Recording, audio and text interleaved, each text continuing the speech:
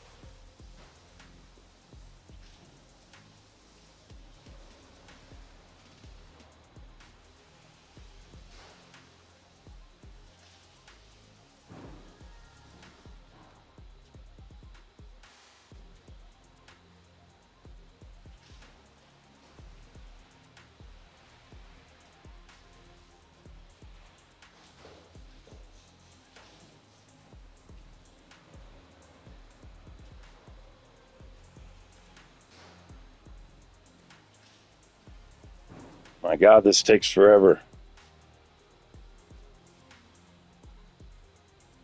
All right, it says it should be in there. Now I got to see if I can hear my voice. This is my second try tonight to do this live stream.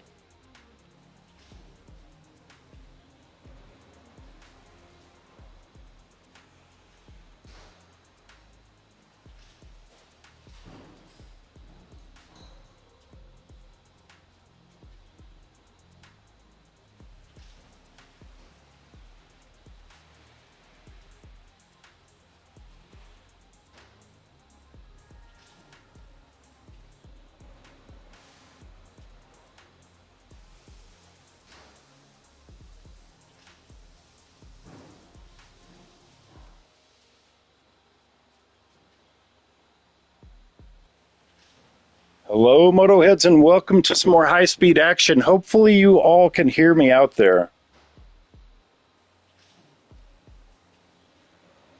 Let's see.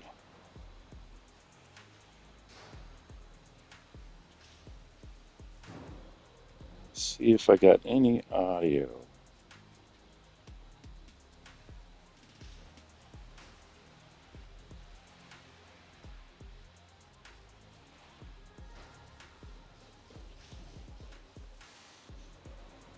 Can you hear me out there?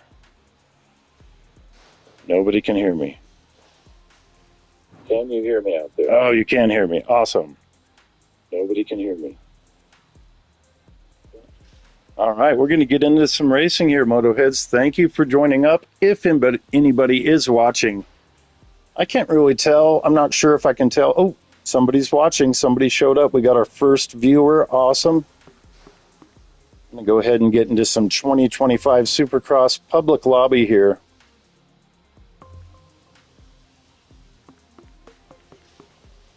Hopefully there'll be some people in here. I just left one of these lobbies trying to figure out how to get my voice onto the channel. We're going to be talking about the Tipi today. I am not streaming from a Tipi right now, just to be clear.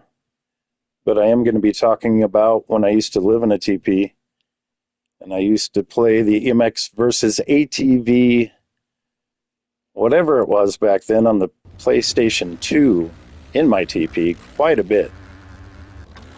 Is that Damo? Oh, we got Damo in Daytona. Dominates Daytona with the dominant performance, beating somebody. Oh, that's Skur. Look at that. We happened into their lobby. We just left the lobby, MotoHeads, and we made a new friend in there who is one of the MotoHead viewers that tunes into our YouTube television station. His name is, what was it? Drift Master. He was fun to race. We're going to Detroit with these two badasses. We got another rider that just entered the chat. Maybe it's the person watching. I have no idea of knowing who it is that's watching. I guess I could open my laptop. What is going on with my view right now, MotoHeads? Are you kidding me? What is going on with this game tonight? Oh, wait, that's not even me. I have no idea what's happening. But I don't like it. Well, am I locked up?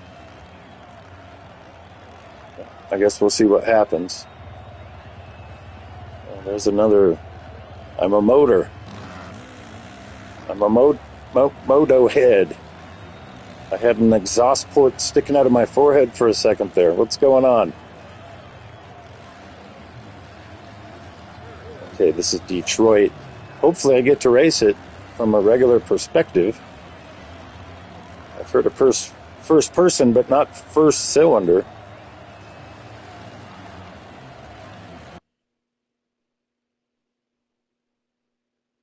I would sure hate to start off this live stream with a bunch of glitchy weirdness. All right, things are looking normal again for the time being. A couple other riders have joined up. Oh, good. Casey's in here. I like to go to the outside. Huh, okay. I like to go to the outside in Detroit here, MotoHeads. Game face on. The gate is down. I smell a hole shot. Oh, it's Casey.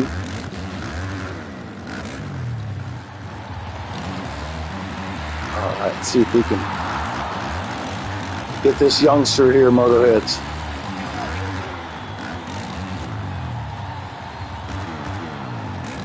Side of the sand here.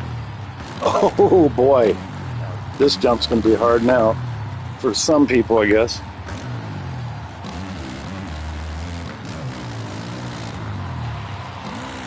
That MotoHead's win second out of 5. Gonna double into the turn here over this big, what is that, a 5-footer they call it, I think? Double into the turn here. We got somebody right on our heels. I think that's Damo.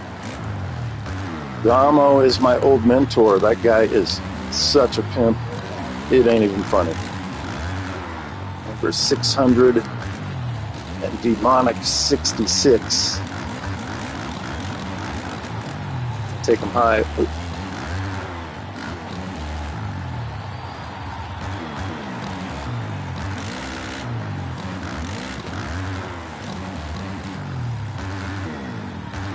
Okay, I'm going to go to the inside and try to stick with them at least, MotoHeads.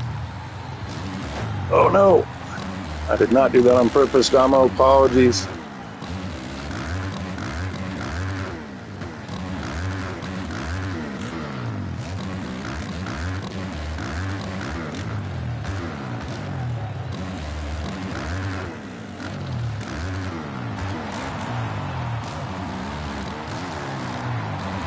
All right, so we are running on the podium. Yet we are also exactly mid-pack. Somebody's creeping up behind us. I gotta assume that's the gas number 2 of Gurney Skur.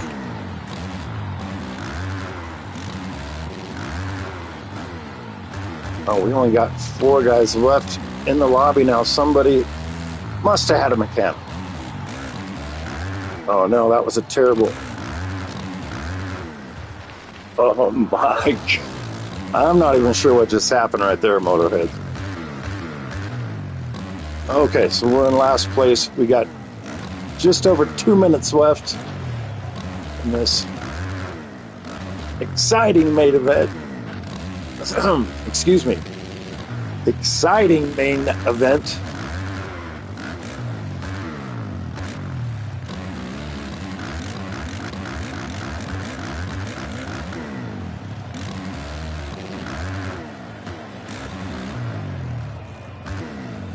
I'd like to get a couple more viewers in here before we start talking too much about the Tipi. I'd be happy to answer questions about it if anybody has any. I'm also going to be talking today, as I get back around Skur, about how I ended up living in a teepee. Not everybody, I should say most people don't live in a teepee for their entire lives. I lived in my teepee for 4 years. It's 7,200 feet in the Rocky Mountains.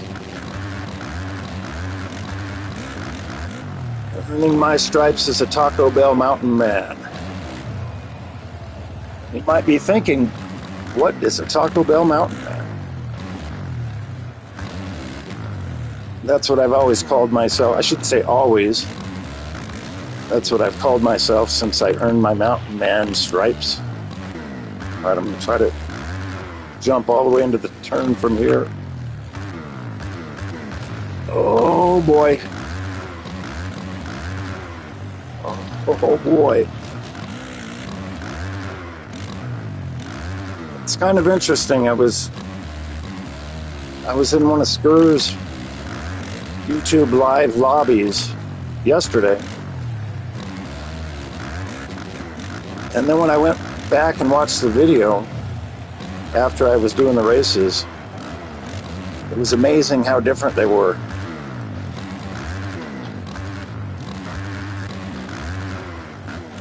The leader is 10 seconds out in front. Still got 2 laps to go. You know, I'm getting better at hanging with these guys. And I always have preferred the Supercross anyway. I'm a little sensitive that way. Kind of like Jeremy McGrath was at the end of his career. Or Chad Reed or Dean Wilson right now for that matter. The outdoors are just too gnarly.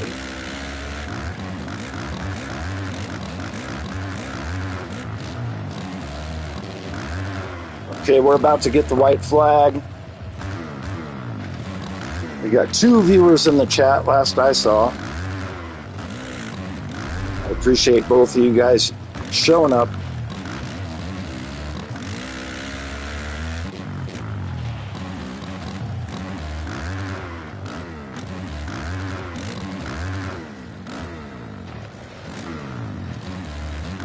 We need some more riders in here.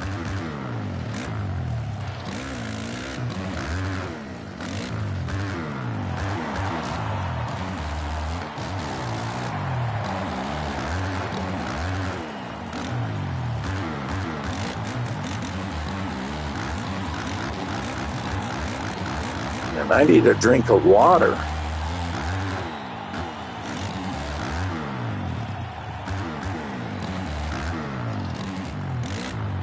Motocross is a very physical sport, MotoHeads, as you know.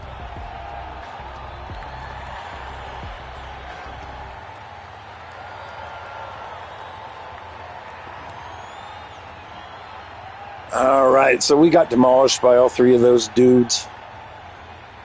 That's pretty normal. All right, I'm going to make sure you guys can still hear me. I'm going to turn the volume up again real quick here. Yep, awesome. Got another rider in the field here for Pittsburgh. I do like the Pittsburgh track. There's a complete shortcut on this track, a total cheat. I don't even do it. I will not bring myself to do it. I saw some guys do it one time, and then another time I got out in front of somebody, and then on the second lap when I came back around, it was only 3 people in the lobby. I could see the tracks of the guy in second place doing the cut line. All right, who do we have over here? Fiend for Fent. What, I don't even know. What are we going to call this person? We don't know this person. Oh, we got some comments in here. Awesome. Thank you guys for watching. I think I saw Whole Shot Hansen in there, if I'm not mistaken. Donnie Hansen was the original Whole Shot Hansen. If you know, you know. And then, of course, came Little Hanny, a.k.a. Josh Hansen. Oh, what track are we on? Oh, Pittsburgh. Yeah, I like this track.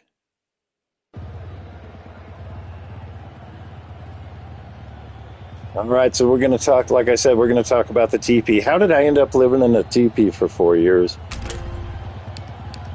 And I'll be honest with you, there were times when I was living in that Tipi that I said to myself, dude, what are you doing? Where's El Jefe? That's a good question. Hopefully El Jefe will be showing up later. Jump in here. We got 5 guys, and these guys are all, well, I don't know about the one guy, but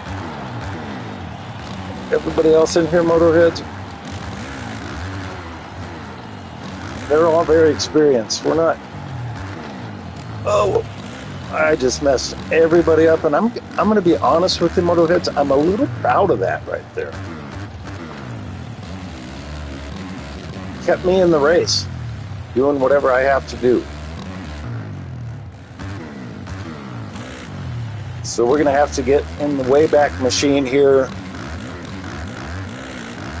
to 2000. Oh no, 2003, when I was a power drinker. That is to say, most people call an alcoholic. I prefer to use the term drunk. And I was living in the city. I was living in Denver on Capitol Hill, which was a full throttle party scene. MotoHeads, the debauchery of those years. I look back, it makes me smile. Anywho, I had this sweet little pad on Capitol Hill, and I had a house guest, or I should say an apartment guest. And he was a very good friend of mine. I've known this guy since the 1900s. Matter of fact, he was one of the very first people I ever met when I relocated to the Great Rocky Mountains out here in Colorado. And he's a biker. And back then, he was not in a motorcycle club, but now he's a 1%er. He's in a 1% motorcycle club now. But regardless of that, we went out partying and bar hopping and womanizing and all that other good stuff. And we woke up the next morning with a pretty good hangover. So he called his sister and invited her and her husband out to breakfast at a place that specializes in steak and eggs. So we all drug our sorry-looking butts in there. There were 4 of us, me, my buddy, his sister, and her husband. Her husband, we're going to call him the hippie biker in this story. So I'm having breakfast with the biker, the hippie biker's wife. Anyway, when we're concluding our breakfast, the hippie biker looks at me and he says, "Hey man, want to go see a teepee?" I go, "What? Do I want to go see a teepee?" I was like, "What do you mean?" He goes, "Well, I know where this teepee. It's not too far away, dude. You can go there right now." And I was like, "Hell yeah, I want to go see a teepee." So he takes us out to the mountains, not too far outside of Denver, near a place called St. Mary's Glacier. And the next thing you know, we're on a dirt road up at about 9,500 feet elevation. And there was this teepee right next to a little aspen grove. Absolutely beautiful. but it was on the side of a hill, so somebody had built a deck that they put the teepee on. So on one side of the deck, it was about 3 feet off the ground, and on the other side of the deck, it was about 10 feet off of the ground. And the teepee was a 16-foot teepee. When I say 16 foot, what I mean is, so if you look at a teepee from a bird's eye view, it is not round. It is teardrop shaped slightly. And the pointy part of the teardrop is where the door of the teepee is. And the 16-foot measurement is from that door back to the very rear of the teepee. Later, I would live in a 20-foot teepee. So anyways, I thought the teepee was awesome. Absolutely fell in love with it. And the hippie biker says to me, "Hey bro, you can come up here anytime you want to. But if you see something that needs fixed, just fix it. If there's any garbage, it's a karma thing, just take care of it. If you see a rip in the teepee, mend it. There's a sewing kit up here." But it's kind of, he goes, it's kind of an open invite to anybody. He goes, "Now Grant, I gotta emphasize here, MotoHeads. This guy did not own the property or the teepee, but he knew who did," he said, and he said that the guy said to invite anybody up, and it was like a community teepee for him and his friends. And I'm like, this is awesome, thank you, man. So, the next couple of years, the holiday season would roll around, and what I would do is take 2 bottles of whiskey, 2/5 of whiskey, and snowshoe up to the teepee. I would snowshoe in the day before Christmas, snowshoe out the day after Christmas, by myself, and just solitude was my Christmas gift to myself, and I loved it. And as I'm in there now, this teepee had a wood-burning stove in it, and that's how I would stay warm in there. So I was thinking to myself, I could probably live in one of these things realistically. And I kind of retained that thought for a couple more years. And then in 2006, I was tired of being a renter. I wanted to buy some property. And I probably could have pulled off buying a house, but I wouldn't have had much party money left over. I would have been broke all the time because my mortgage payments would have been so high. So that's when I went land shopping. All right, there's Damo. What is this, San Diego, I think? Yeah. I'm going to kill these guys on this one, MotoHeads. So if I stop talking for too long, I apologize in advance.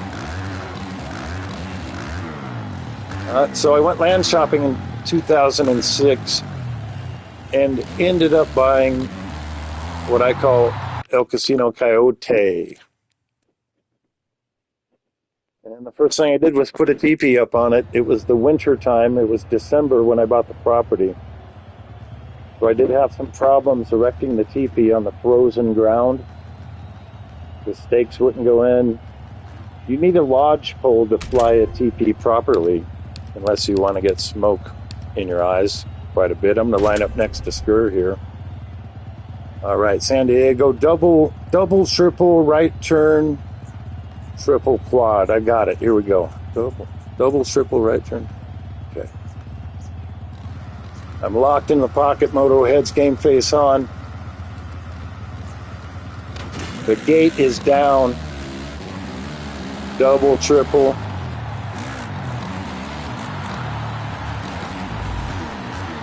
Triple quad. That's what I'm talking about. You got to pre-think your game here, MotoHeads. Who is this?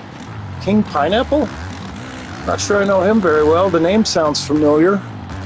Probably a swinger, with a name like that, I'm assuming, right? That pineapple thing's common knowledge, I'm assuming, is it not, MotoHeads? If you know, you know, I guess. Alright, we're battling with the MX versus AT swinger dude. King Pineapple. Oh, I usually keep my momentum better in that turn.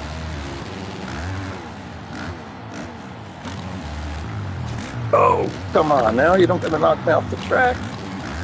You can be polite about it. Alright, so now I just gotta pass those two back. I'm coming for you. Oh no. Knock, knock. Well, hopefully Skirney messes up his line. Oh no, it doesn't matter because I'm just all screwed up. Yeah, he did it. He messed it up. Doesn't matter. 4th out of 7. Oh, totally botched that. All right, I'm going to stay in 3rd gear and just rail these 2 turns right here like I know how. That's how you do it. That's a good whip jump right there. Goodness. Oh, we're both messing everything up. Okay, so double, triple, double. I think that's what Kuno does there, if I'm not mistaken.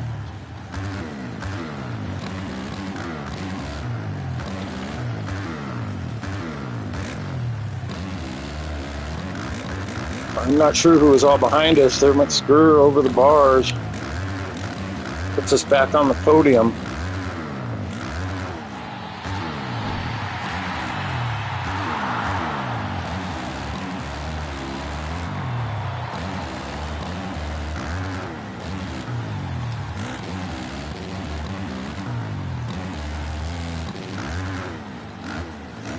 Yeah, so I erected the Tipi in the wintertime, had troubles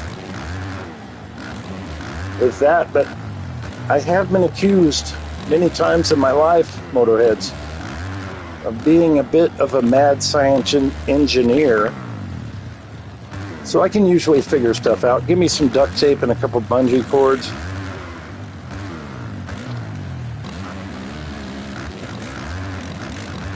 So I had a wood-burning stove in the Tipi, and when I first moved in, I did not have any electricity other than like battery-operated flashlights and things like that. I had an acoustic guitar, which started warping because of the cold. You learn things like it's just not convenient to have stuff like soda pop at home because it'll freeze and make a mess. There's ways to combat that as well. You take a cooler, put some hot water in a container in there, and that'll keep stuff from freezing. I was completely off the grid.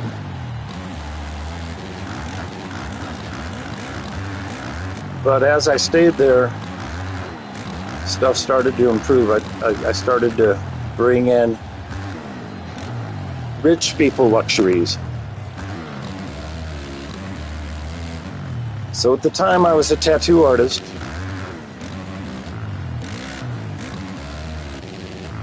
And what I would do is I would rotate deep cycle batteries at work. So I'd charge my batteries at work, and then I had an inverter at the Tipi. I got me a small TV with the built-in VHS tape, and eventually a PlayStation 2. I was actually living in my Tipi when I upgraded to the PlayStation 3.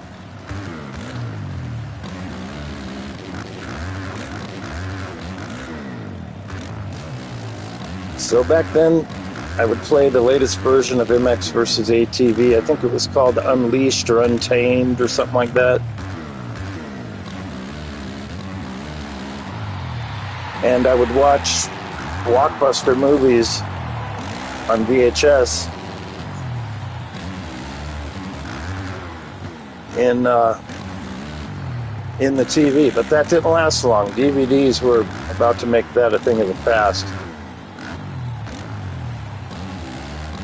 So where I'm going with this is I played a lot of MX vs. ATV in my Tipi, and there was no online play.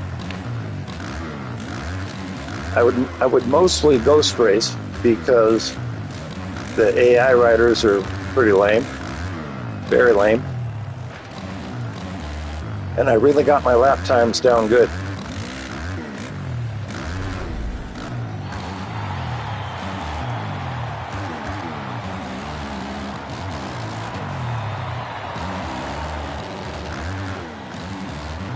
And then I remember being at work and I went on the internet and I found a forum where people would post their lap times.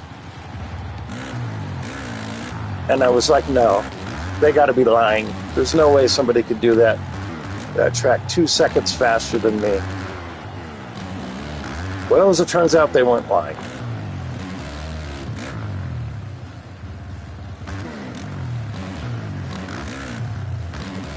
So I was at a biker party one time, and I ran into the hippie biker. This is while I was living in my teepee.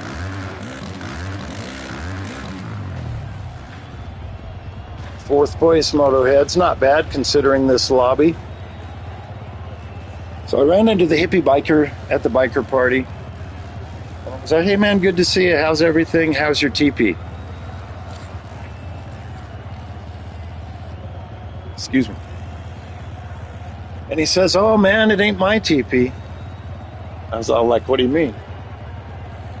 So apparently what had happened is one of the many people that he gave this invitation to for this community teepee was up there enjoying it, just like I had on several occasions.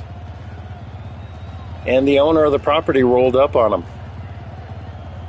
And he was like, no, this ain't community what? No, this ain't nobody. This is my teepee. Get off my property. And man, I'm sure glad that wasn't me, MotoHeads. That would have been embarrassing. But I thought that was pretty funny. So then he was like, how's your teepee? I was all, my teepee's awesome, dude. And I actually had 2 teepees, MotoHeads, in 4 years. That's how fast the UV eats up the canvas. The place I got the teepee from is called Nomadic Teepee Makers. And they're up in Bend, Oregon. Check out their website. You can see the quality of teepee that I had. Those things are badass. They're a little spendy, but not as expensive as a yurt. Oh man, I'm having flashbacks right now. I had a queen-size mattress in that teepee.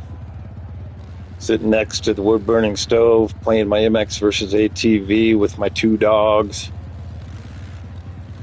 Now, the coldest it ever got inside of the teepee while I was sleeping was 20 degrees below zero. The wood-burning stove went all the way out. And I didn't care because I had 2 dogs and a bunch of covers. Basically a spread out Coleman sleeping bag. I think it was rated to 20 below. Real thick, heavy thing. And then I also had a big down quilt cover thing on top of that. So I would get under the covers with my dogs, and then I'd have a little breath hole that I'd breathe through. And what would happen is that breath that would go out, it would condensate on my comforter and then freeze. And in the morning, I would have to roll this little ice sheet away from me. When I got up in the morning, started the stove, got the place warmed up. Earlier, I referred to myself as a Taco Bell mountain man. What I mean by that is I don't know how to hunt. I don't know how to skin an animal. I don't snare rodents. I would not last on the show alone. I would starve to death and freeze to death, probably. So I would eat Taco Bell. Actually, when I lived in the teepee, I had a lot of spending money. So I ate a lot of ribeyes and T-bones and New Yorks and fillets in that teepee.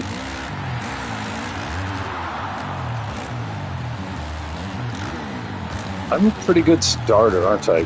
MotoHeads, to generalize. Okay, let's do this double into the turn. That's Casey in front of us. He's on the gas as well, I think. I believe he's Skur's teammate. They were talking about that a lot last night. I got 5 people watching. That is awesome. Thank you all for joining. I was just telling these other motorheads about my Tipi days. I don't think I'm even going to get into the debauchery that went on in that Tipi. Oh my God, you just...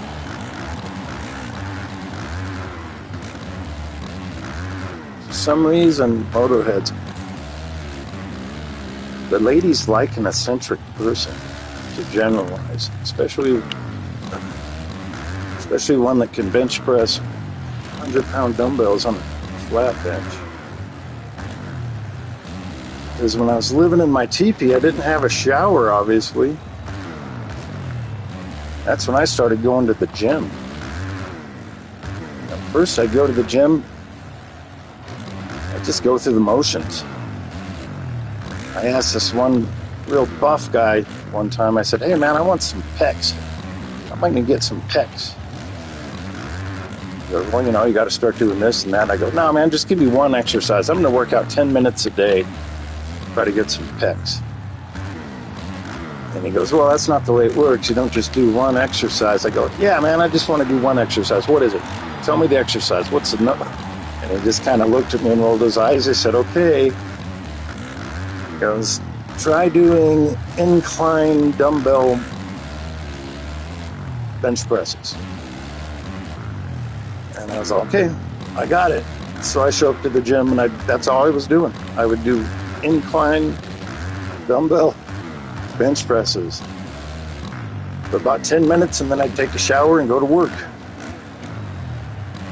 Then I noticed that it was actually starting to affect me a little bit. It didn't take long, just a couple months, and I was starting to feel it. Next thing you know, I'm doing decline dumbbell bench presses and flat bench dumbbell bench presses. And then I'm told, no, you can't just do that. You got to work out your back if you're going to work out your chest. And you all know the rest. Don't skip leg day. Within 2-3 months of living in that teepee, I was working out 2.5 to 3 hours a day. 4 days a week. I worked 4 days a week.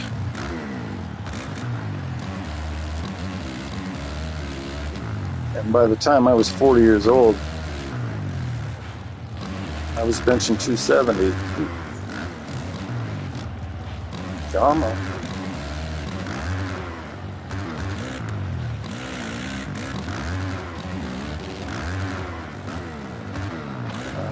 Alright, MotoHeads.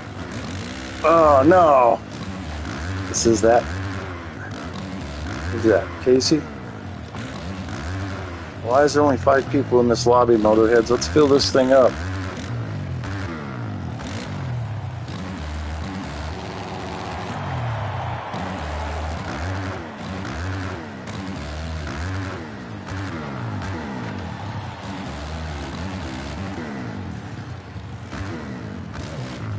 Oh.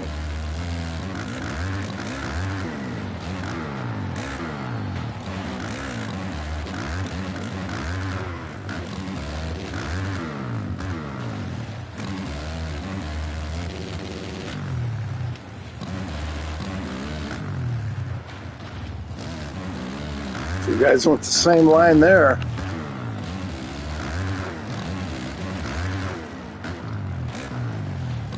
Let's get some more people in this lobby, MotoHeads.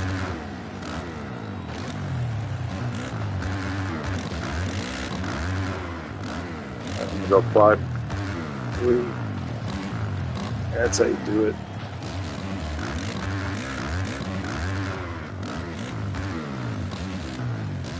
I do like this track.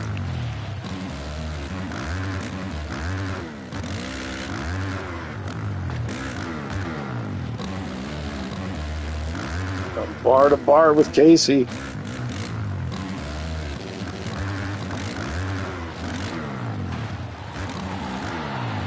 blew that one. All right, let's get this crazy weird triple. It wasn't bad.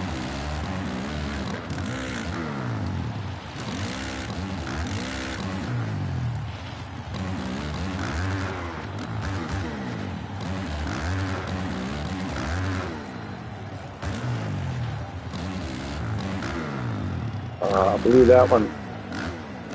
Completely. That's like the easiest part of the track too. This is the hardest part of the track. Quad, triple. No. Oh, boy.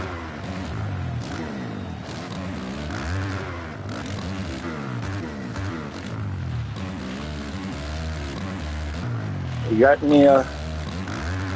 any campers or hikers in the chat right now? Oh no.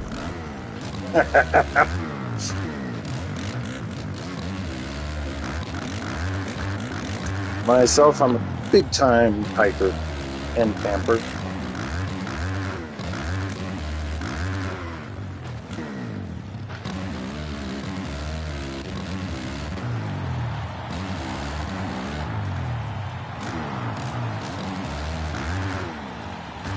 You know,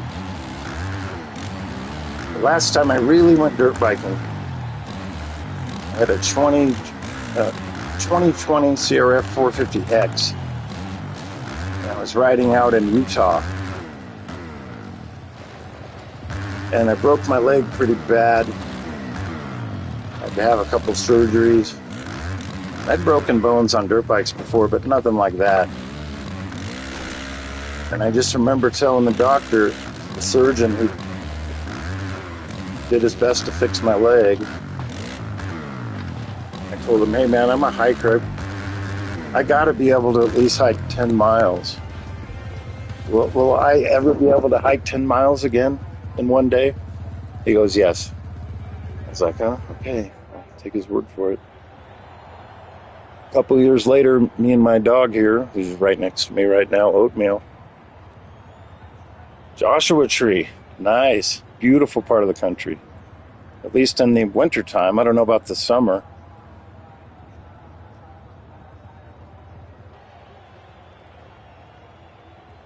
But me and Oatmeal, we did the Colorado Trail a couple years ago, and it was actually in 24, I guess, last year.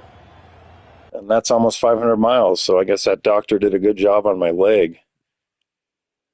I haven't really been riding dirt bikes since. I did go for an electric dirt bike ride. That was fun as shit.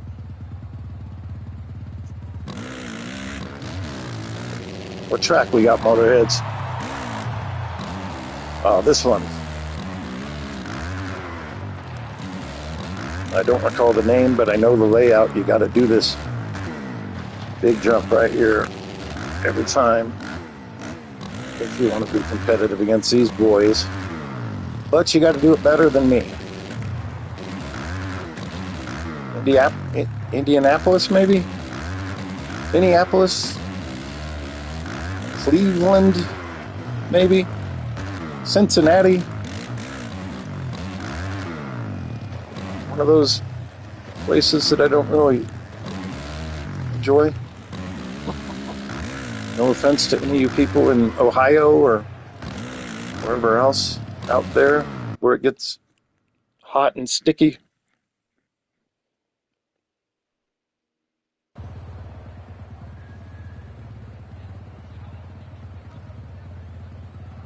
Oh, there's only 3 of us left. What's going on? Skur got scared, apparently.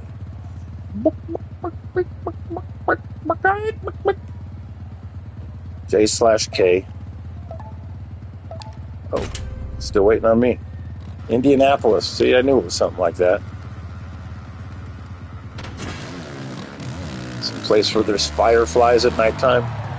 Bugs are all lighting up. Sounds like there's frogs and lizards all over the place. Crickets and things. Poisonous stuff, I'm afraid of. Oh no. Well, at least he didn't make it either. I must say, I wish I had more riders in here, considering we're doing a live.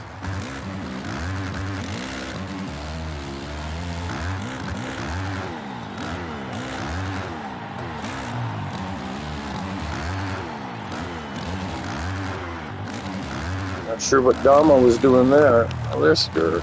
He must have got a technical issue. Maybe his ankles got cold. He probably had to pause his game and look for some silk scarves to put on his ankles.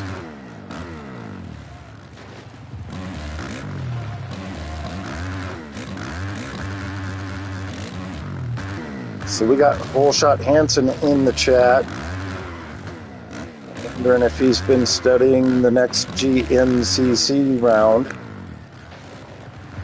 Rollins Endurance. Right now I am running 5th place all time on the leaderboards and 2nd place current. I think I got a 1:36, which is really fast on that track, I think, as I pat myself on the back.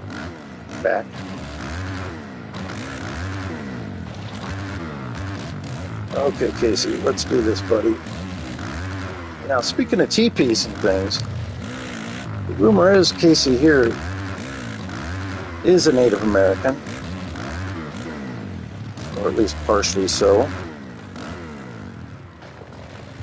Imagine if they gave out mini bikes and dirt bikes on Indian reservations.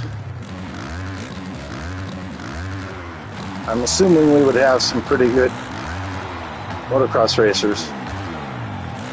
The way that they ride horses, to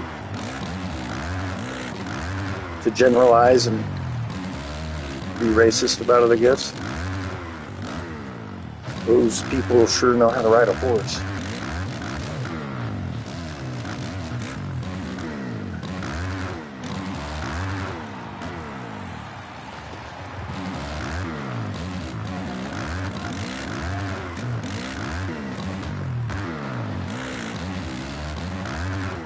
Oh man, what am I doing?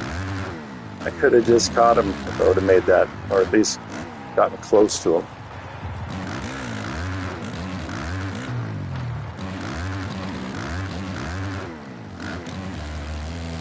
So as a lot of my viewers already know, I've been to a lot of supercross and motocross races, IRL. Anybody in the chat that goes to or has been to Supercross or Nationals live? Which one do you go to, or which ones have you been to? My go-to ones now are the Denver Supercross and Thunder Valley. I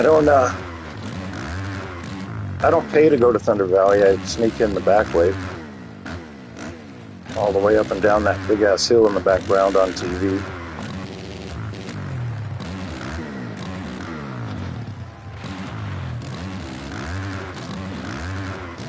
MotoHead says that they need to start having more black riders, like more black kids in the inner cities getting the opportunity to get into motocross.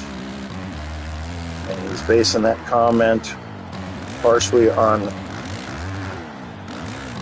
the 12 o'clock boys. When I say the 12 o'clock boys, I'm talking about the inner city dirt bike kids that ride around and on quads and dirt bikes and do all the wheelies and traffic and stuff. I'd love to see that happening, to be honest with you. Especially when the cops are chasing them and they're making the cops look all silly. I love that shit. But I've thought about that as well. Whole Shot Hansen, I've thought about that as well. It would be interesting.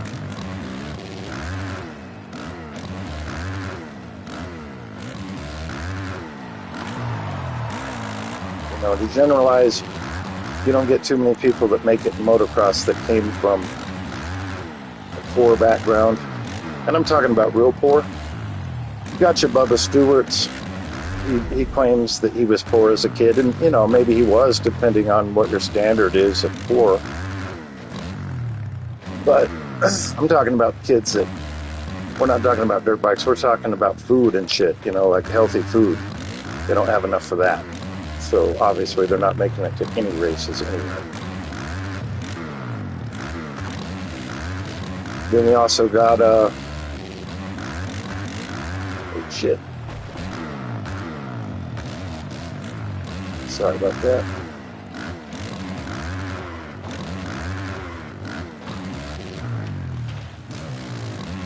There have been, there have been the blue-collar motocross racers. You got your John Dowds, your Doug Henrys, the guys that were notorious workers. You got your Jeremy Martins. I mean, look at this guy. He's scrubbing toilets in the middle of his pro career.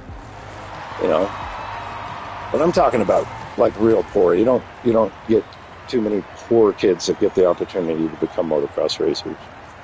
All right, third place MotoHeads absolutely got blown away again by Damo and Casey. Let's get some more riders in here.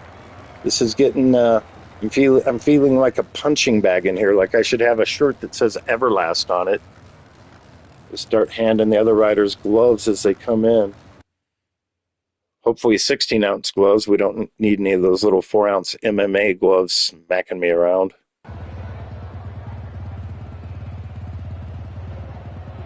Is there all kinds of chatter into? We got 4 people watching.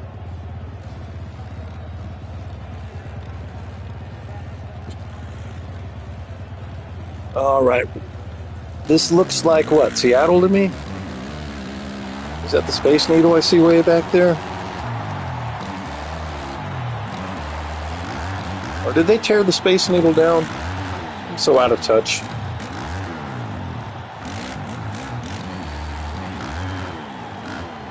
I've been to Seattle a couple times just as a party expert.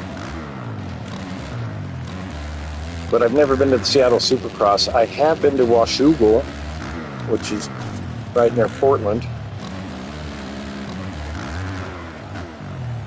I went to Washougal, I think it was 2002. Chad Reed was on a 250F. His head pipe came off. You could definitely hear him coming. That was the time that I talked to Roger DeCoster briefly. We got Snowbomb up in here? Oh, I hope so. I love that guy. Where's he at? Oh, wait, he went line up here. Who do we got here? I'm going to line up next to Casey. Oscar. Oh, that's not Snowbomb. That's a different Snow.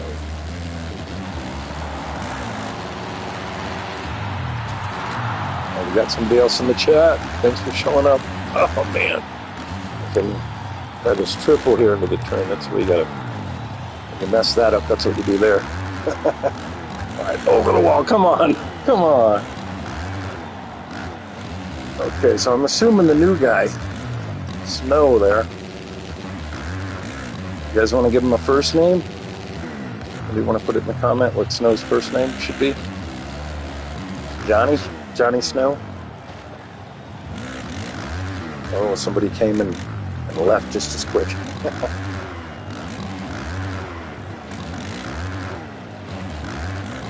Number 89 back there. Why am I even thinking about number 89 behind me? I've got some guys to pass here, MotoHeads.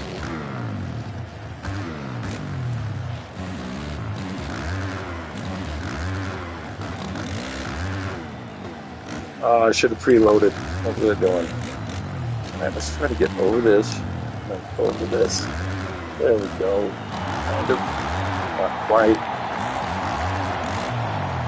Struggling here tonight.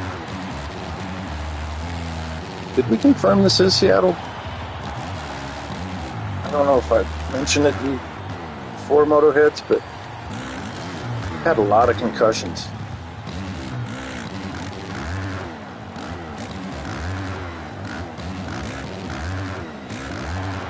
Whoa.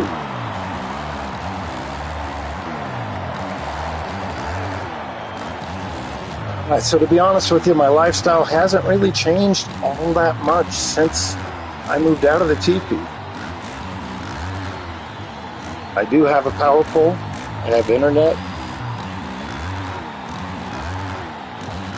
I don't have running water per se.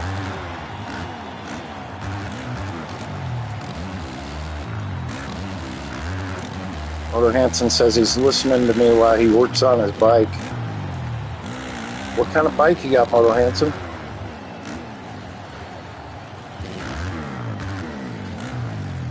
Sorry, not MotoHead. Bullshot Hansen, right?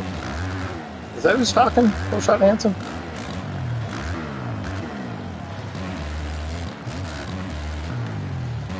Whoever it was, they left. Maybe not. I don't know. But that's cool. He's wrenching on his bike while he listens to this. That was my least favorite part of dirt biking, was wrenching on the bike. I used to get a little excited when I'd get an aftermarket part, but I just wanted to ride that thing. That's one of the reasons I rode XR600 so much. All you have to do is lube the chain, adjust the chain, clean the air filter, maybe change the oil twice a year.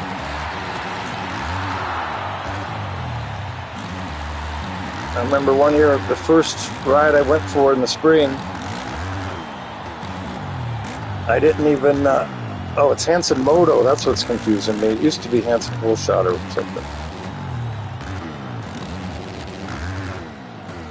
Now Hansen, he was the guy, oh, he rides a Husqvarna, it looks like. Big boy bike, a real motorcycle, a 500cc 4-stroke. Well, one of these little trendy 300cc 2-strokes with their fancy fuel injection.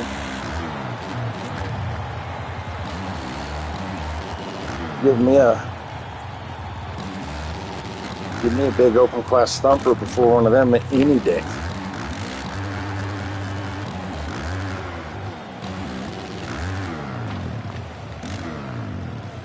Most of my friends ride 300cc KTMs for woods riding. There's over 100 miles of dirt bike trails right here where I'm at. The structure I live in is less than 200 square feet, and I have a California king-size bed in it.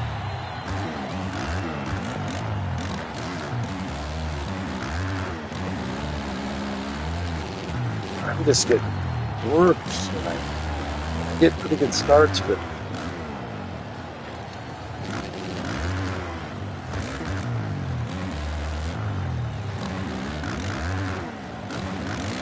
I wish Mr. Hizzle and maybe the Florida Roadrunner would come in. Maybe I need to start sending some invites out here. Oh yeah, so Hansen Moto.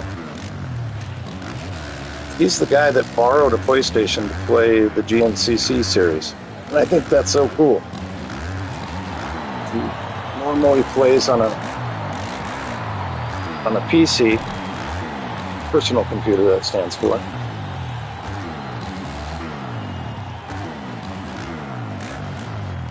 And he borrowed a PS4 or 5 or whatever it is.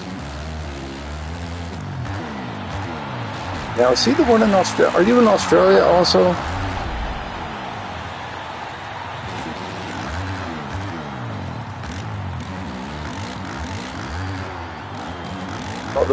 Hansen Moto, are you in Australia?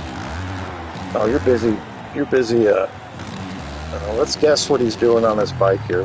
What would he be doing on his bike? I'm going to say he is adjusting the chain. That's what I'm going to go with.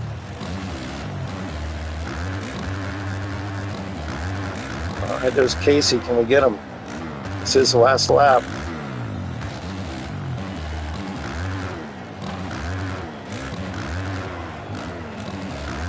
Oh.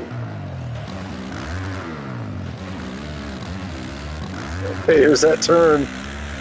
And go to the inside. Oh, man.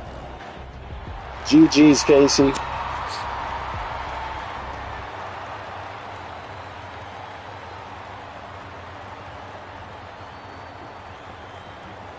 Yeah, our lap time's still a little off there. Let's see if we can't. How would I invite somebody? Can I invite somebody? Am I smart enough? That's the question here. I gotta wait for this to... Do I? Yeah. I gotta wait to get in the lobby here or something. Thank you very much to the 5 of you who are tuning in to the live stream. We appreciate it. Hopefully we can get more people in. The more we do this, I'm gonna invite some more people here. Try to... Who do we even have down here? Oh, there's Bob right there.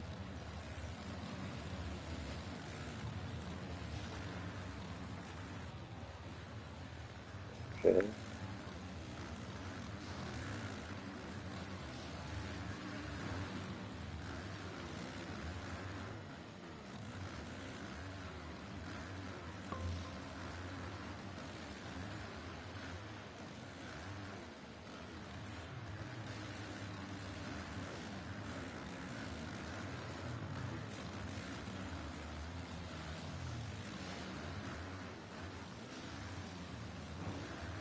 Okay, I sent out a couple invites. We've got at least one person that's joined up. That's Himi Pusuk, I believe is his name. It's an interesting name to have, Himi Pusuk. Maybe I'm reading it wrong. You know, I do that often. I gotta have my dog Oatmeal here. Oh yes, right on. We got the Driftmaster, our new friend / viewer. Thank you for joining us, Driftmaster. Means a lot, brother. I'm going to invite Driftmaster into my Monday night thing that I'm going to try. It's kind of an experiment, and I'll get into that here once this gate drops. We got our game face on. Gate is down.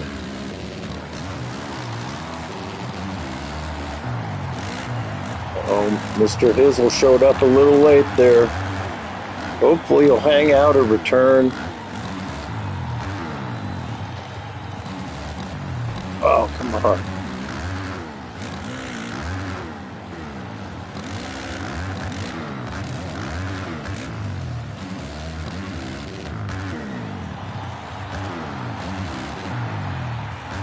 So Monday nights, thinking and trying to get the Driftmaster here into it. My goal is to get a bunch of people together and do some Triple Crown racing in a really relaxed environment. No Discord. That's kind of my experiment right there, really. If I can get kind of a pseudo league together with no Discord. Oh no. Excuse me. So in order to do that, I just put a group together, invited some riders to it, and kind of told them what was up. And now, the only way this is going to work is if we keep the chatter in that group to a minimum. Otherwise, people are going to be sick of seeing it pop up all the time and probably stop doing it. And the Triple Crowns will be 3 different tracks per Triple Crown. So it'll be like a 10-minute race on a Supercross track from the 25 season, a 10-minute race on a Supercross track from the 24 season, and then a 10-minute track on a stock Supercross track.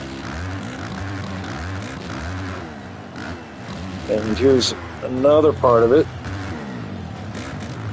This is kind of aimed to the B class riders, the ones that I'm always battling with. No disrespect to anybody who got an invite to my group that considers himself to be an A class rider. And I'll kind of I'll explain why I'm doing this, sort of. What it is when you race in the MXLR, enough people show up, and a lot of them are really good. Where a lot of people who I think are B riders don't quite qualify for the B class. That's the reason being is because the people on the top of the finish in the B class are, in my opinion, A riders. And the people who win or get podiums or top 5s in the A class MotoHeads, I'm going to call them double A riders. That's what we call them in the enduro world. So this is kind of more for the B riders thing. I had one of the guys add a dude to the group who, in my opinion, is an A rider. So I said respectively, you're too fast for this group. Apologies, you know, I'm not trying to be a jerk about it. And there were a couple other riders who said, oh, well, that's messed up that you're doing that, and they left the group, which is okay. You know, the last thing I want to do is try to make people do anything. So, anyway, so as I go around and add people to my friends list that are about the same speed as me, where either of us could win in any given moto, I like to ask them if they want to be a part of it. I doubt we'll get more than 16 riders together, but if we do, that would be interesting, because then we'd have to come up with some kind of qualifying thing or something. But I doubt that's going to happen. I'm just going to send out my invite on Monday, and we'll see what happens. I don't know if I want to make a series out of it, or just Triple Crown racing for the night, and that was fun kind of a thing, or what? All right, so it looks like we just lost all our viewers. Not all of them. We got one person left watching. I guess they wanted to hear more about the Tipi than the Monday night motos. We are in a nice back and forth battle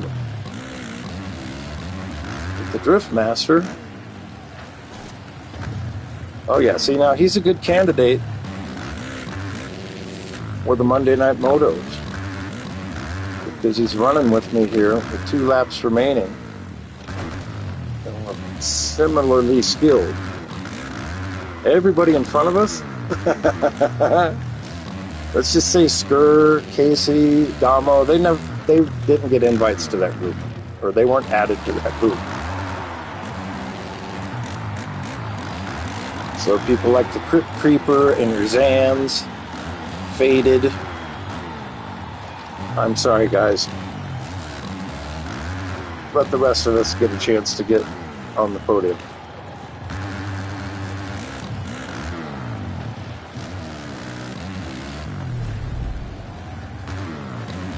All right, last lap, and we are still in last place.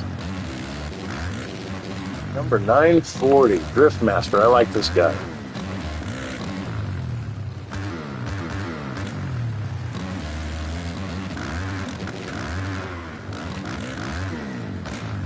Anybody interested in the GNCC series? God, it's a kick in the pants. It's so fun. You do have to have Discord for that one. But if you friend me here at the PlayStation Network, I can help guide you through it. I've guided a few people into different leagues. League racing is where it's at. I'm riding terrible tonight. This is embarrassing.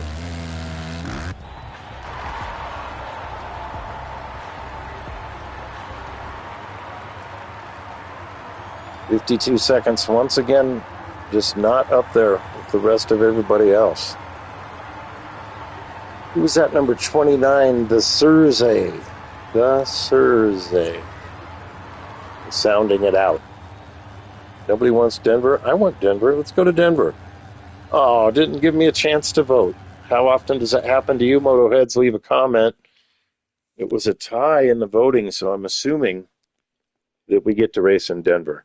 I was actually at this track. I watched it happen. I booed Danger Boy. You can hate me for that if you want.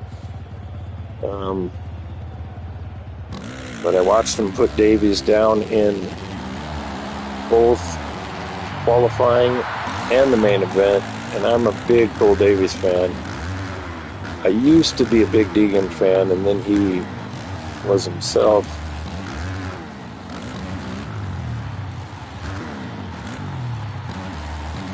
I do love this track. There's this... Oh, where am I going? I think Domo was mad at me. I don't blame him. I'd be mad at me. I'm sure I know what I did. There's a big hero line right here. If I can do the triple and then pass the tabletop, I can't even do the triple. That's the easy part of the hero line. Okay, let's see what happens. More riders, the better, moto heads. Join up. This is the public lobby. Anybody can ride in here.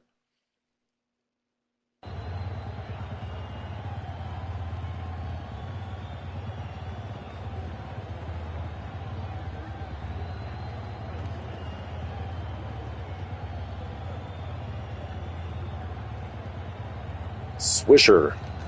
That must be the Drift Master, I'm assuming.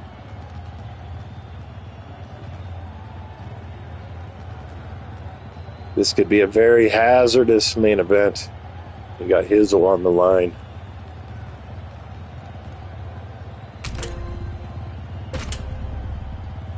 Oh boy. Here we go. Game face on. Gate down.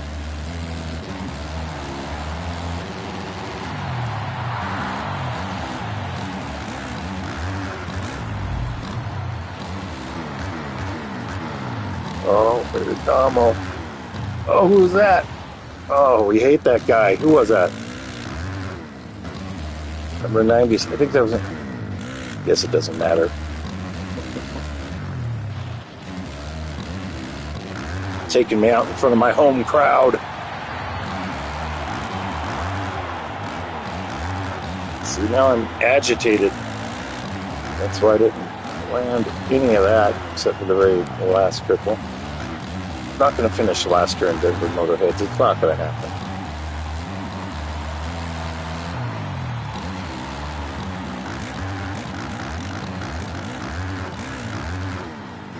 I've been to a few Denver Supercrosses. My favorite year, Tomac kicked ass for one. It snowed in practice. We went down for practice, of course, because we're true MotoHeads. I went with my army buddy that I met in basic training. This dude's a total pimp. He's a one-legged pimp now. He lost his leg in a motorcycle accident. And his son was there with us. He's a complete fan. That was good.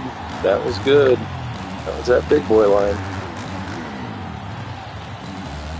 And I bonded with his son. After this, me, him, and his son would all do a road trip about a year or two later to Salt Lake City and watch the Supercross out there. So that was my favorite year, the year that it snowed in practice. Eli Tomac kicked everybody's ass. The whole crowd was just going berserk. Oh no.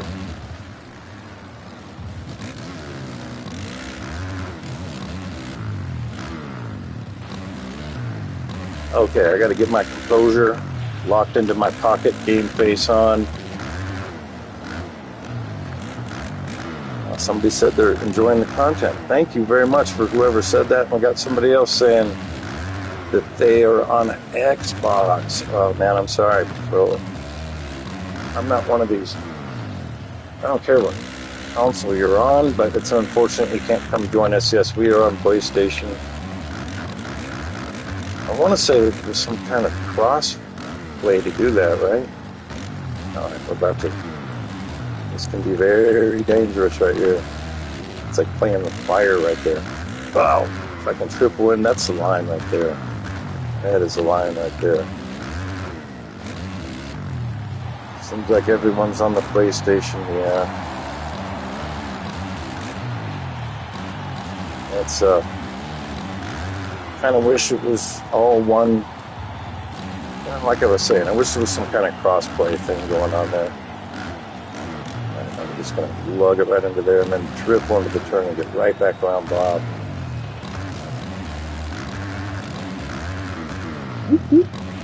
Okay, like I said, I'm not going to finish last.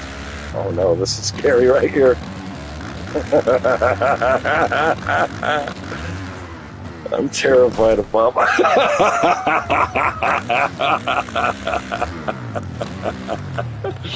Oh, that was good.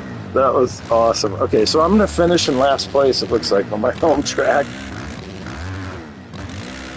I got hizzled hard. Oh man, I wish that I could put my sound effects into that one.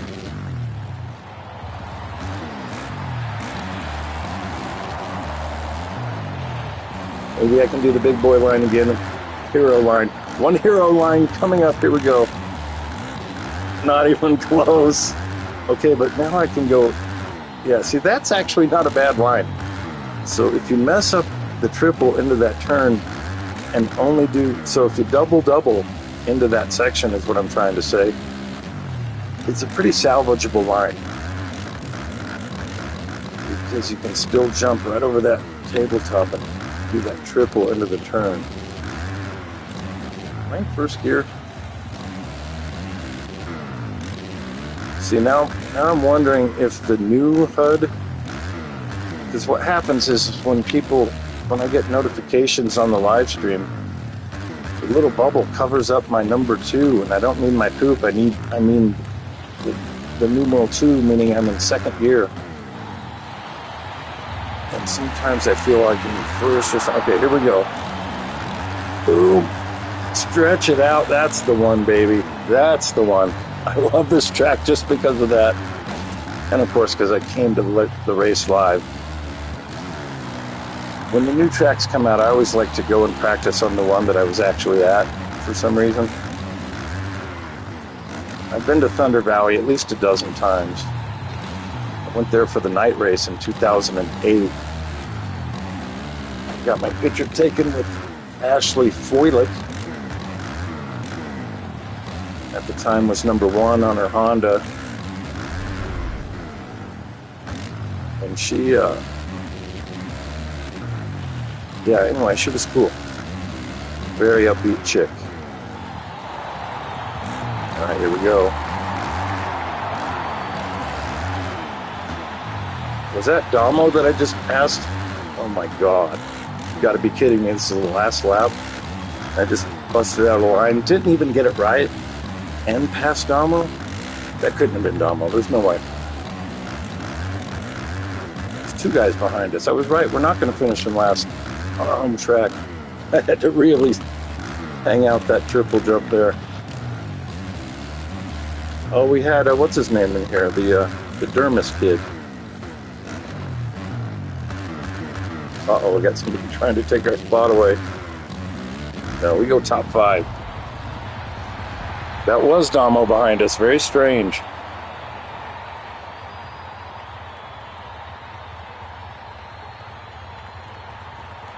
Fifth place. We've got a 52, pretty much flat, and a little more comparable than the other races. We got East Rutherford coming up. This track's weird.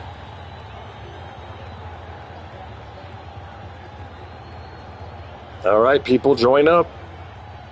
More the merrier in here. We got another rider just joined up.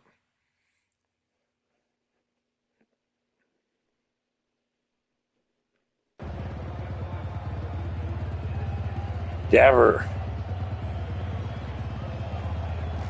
Number 109, Daver. Not sure how well I know him. I know all those guys. Look at them. They're disco dancing all in unison. Look at them. What a bunch of buddies. It's cute. They're so cute.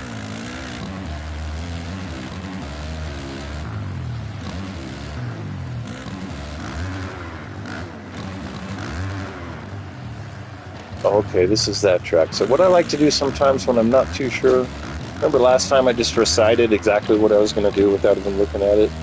Sometimes I don't know, so I'll just go in circles here on the turn. I want to clear that wall jump is what I want to do. And maybe I won't have time to now, but at least I know I want to go to the outside, and I want to clear this wall jump. Okay, not quite, but I'm going to make it happen. We're going to be in first place by the second turn after that wall jump. The turn after that wall jump, we will be in first place. That's my prediction.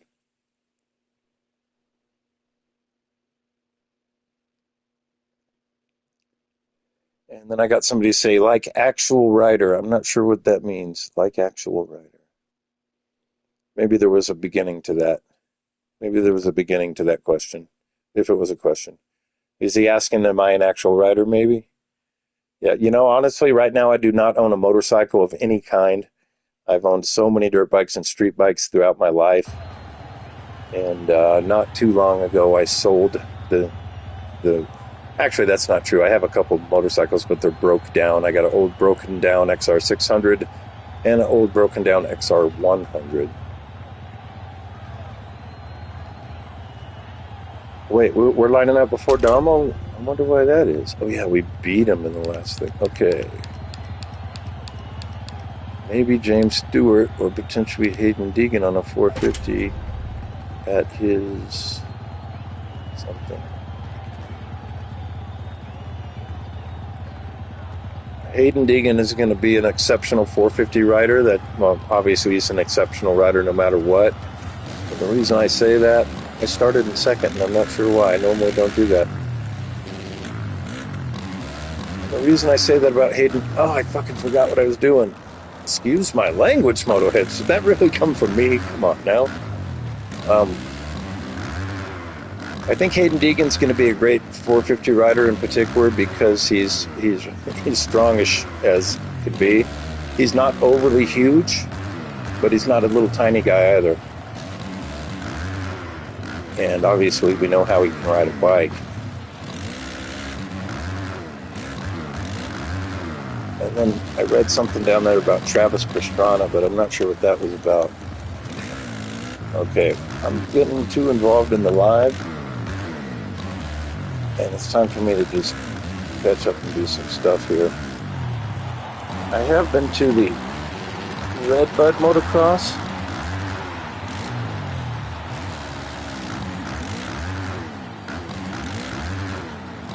Who's the fastest rider ever, in my opinion? Oh man, that's a real hard question. I mean, I think we might have him right now, Jet Lawrence, if you know what I'm talking about. Now, when I was a little boy, my dad took the family to Sears Point Raceway, and I had the honor and pleasure to watch Roger DeCoster ride. And at that time, in my eyes, he was definitely the fastest guy on two wheels. After watching him go down the big downhill at Sears Point. But then again, I also saw Bob Hanna race and thought the same thing about him. I went out of my way to go out to Atlanta in 2003 to watch Bubba Stewart race his 125, number 259 Kawasaki. And so at that time, you know, obviously he was the guy on the 125. I've seen McGrath dominate so many times it's ridiculous, but he's definitely not the fastest rider ever. All right, I'm going to go ahead. This might not sound right to you guys, but I'm going to answer that question with my heart. The fastest rider ever to ride motocross and supercross, in my opinion. Leave a comment if you agree or disagree. Doug Henry. Doug Henry suffered a lot of terrible injuries, obviously, but I'm going to give him that. He's going to be my answer, Doug Henry.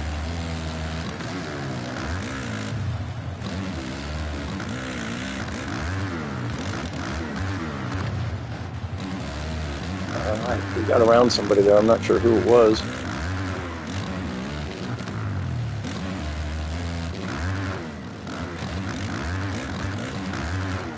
Big race tomorrow, MotoHeads, in Las Vegas. A lot on the line. A lot of drama going into this race.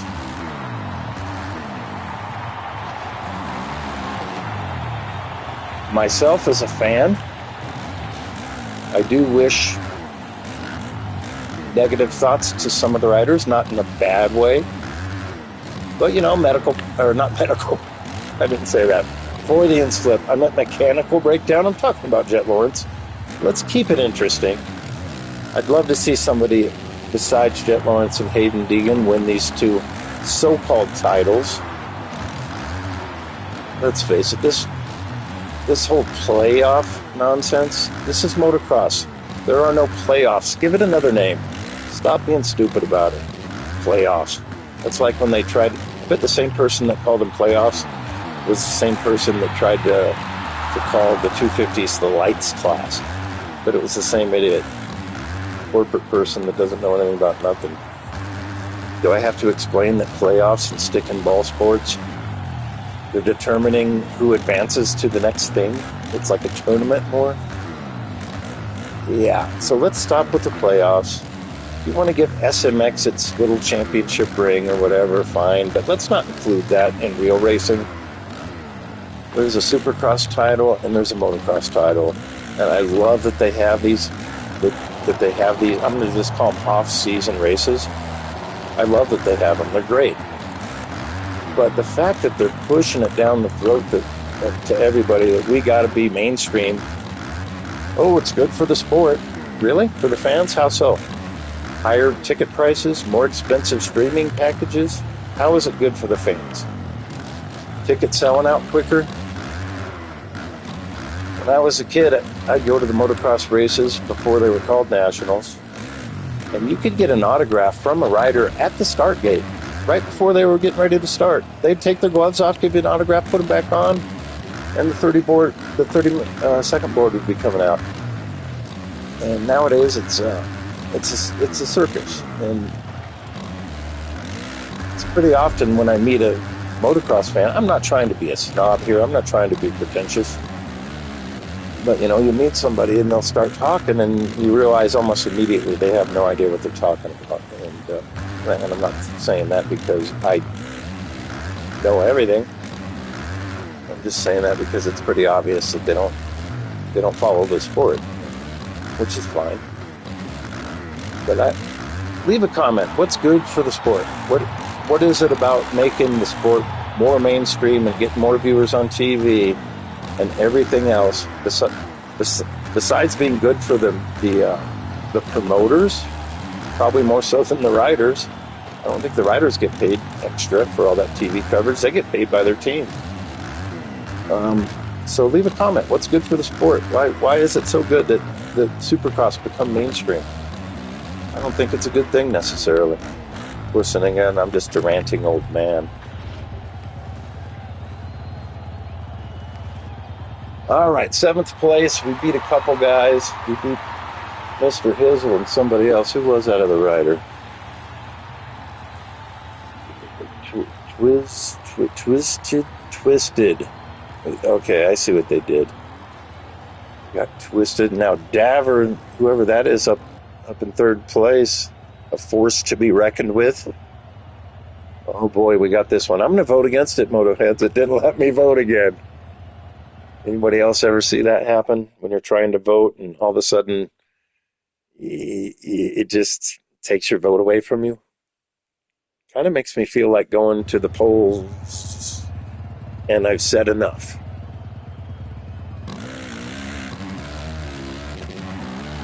All right, so this track is my Achilles heel. I got to learn it. I got to learn to do it right. Now, is that going to be a triple? I guess it is. And you want a triple in here. So triple, okay. I think you can triple and then quad into the turn. And then you want to, this is where I get stumped. You want a triple in here, because if you land right here, you can jump all the way to the turn. You can quad into the turn.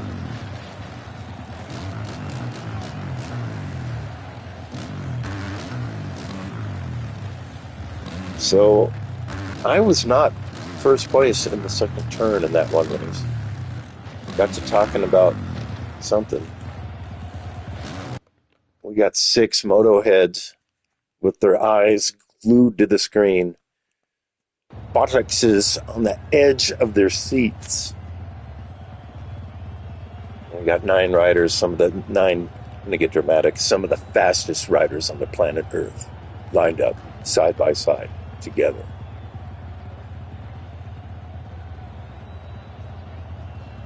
Where did there's Casey. Casey finished 4th in the last race. Oh, we got the Florida Roadrunner in here. I didn't even notice. I apologize to him. Yeah. It skipped me. I thought I picked it in time. All right, so I'm going to be far outside gate apparently. That's all right. I'm out by Casey. He must know something. So we're going to just launch it, try to quad in? Why not? Why wouldn't we? Nothing says we can't. Oh, didn't help much, but it was kind of neat. All right. So you can jump over that tabletop. That wasn't bad, though. And here's where I didn't triple in.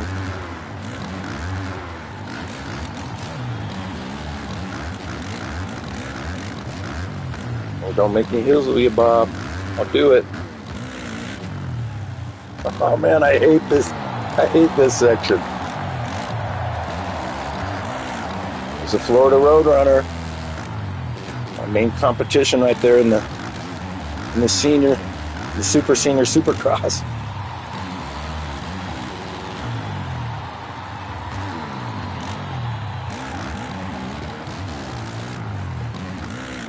Bob is a life experience gentleman, much like myself. And much like myself, he's always trying to... Oh, no. Much like myself, he's always trying to get his old men motocross buddies to play this game, and they absolutely have zero interest. He's like, come on, guys, you don't know what you're missing. And I've been doing the same... Well, I quit doing it now. I annoy the shit out of my IRL moto buddies with this video game, talking about it. I remember when it was actually that time I broke my leg in Utah, and we were heading out there. And at that time, I was riding it with I was racing the Monster Energy Supercross number 3 or 4 or whatever it was, and they had the James Stewart compound, and so our conversation, we were bench racing. Our conversation came to the James Stewart compound. And I started talking about the jumps on it and how hard some of them were and how easy the other ones were. And they just got all quiet for a second. And finally one of them said, hey, you've ridden it, the Stewart compound? And I go, yeah. And they were like, really? And I was like, yeah, you know, on the video game. And they're like, fuck off. Excuse my language again, MotoHeads.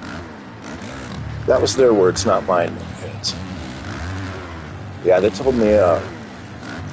to shut my mouth or I was going to get punched, basically. So I kept doing it, and I've been doing it ever since. I'll be like, yeah, I don't see why Tomac didn't just do that 3-4-3 like I do it on the game. It's amazing how slow some of these guys' lap times are compared to mine on this track. I say stuff like that, and they're like, shut up. Right, oh, I was in first gear. What is happening right now? Too much chatter.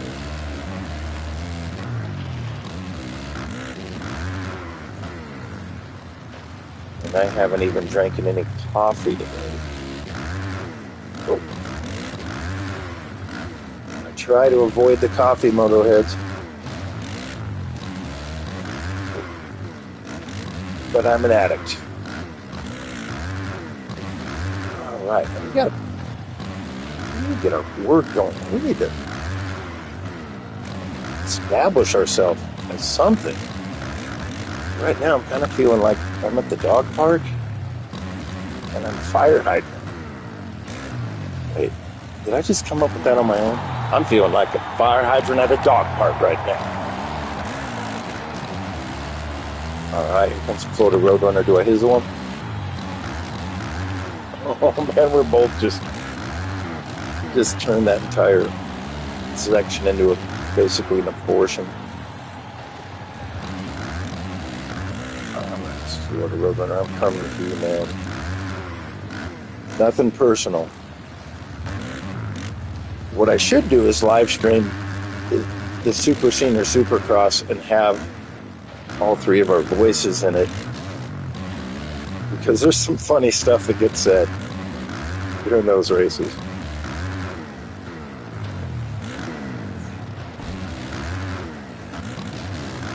How am I still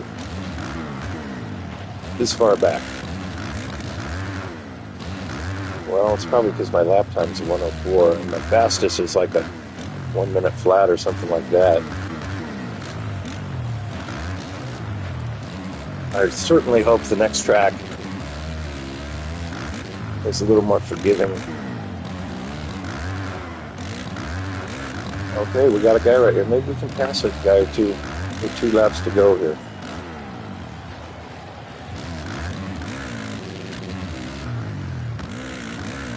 You're in the chat and you do race this game and you own the 2025 Supercross track. What is your track? What's your favorite track?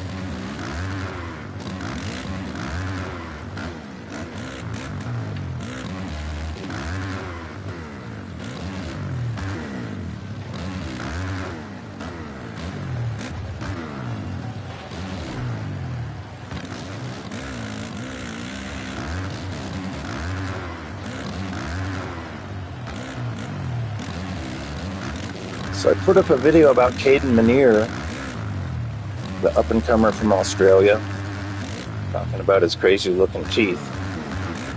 I'm jealous. I love his teeth. I wish I had teeth that looked like that. Moto Monster's in the house! That's El Jefe. What's he going to be riding today? Well, we just lost some viewers as soon as El Jefe showed up. What'd you do, El Jefe? I bet some of those people have daughters. That's all I'm going to say about that. 6th place. Pretty fun, MotoHeads. Yeah, number 109. I'm going to have to send this guy a friend invite. You know what? He might be on my friend list already.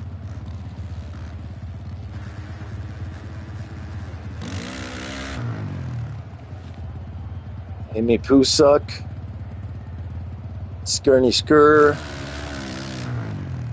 Florida Roadrunner, number 42. Got somebody over here. Who's this? Is that Damo? Oh, he's mad at himself. He's like, oh, I didn't get this section quite right. I better go practice again. I don't think that was Damo.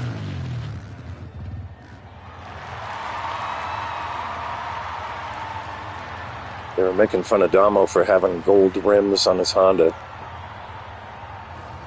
102.69, that's not that bad considering those 104s that I was running. Florida Roadrunner beat me on this track at the Super Senior Supercross. We got 10 riders in here now, MotoHeads. Now things are starting to heat up. One of the best inventions ever for street biking. Heated gear. I've ridden in some serious cold weather, well below zero. I did a run in Alaska where there was ice all over the road. You actually aim for gravel. That was outside of Fairbanks.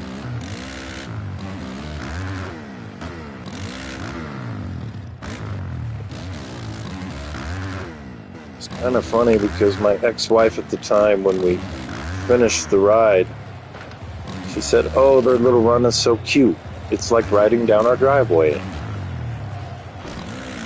And then we had some other people that rode the ride. 3 people crashed that year. 3 people hit the ice. One of them was a guy by the name of Hook.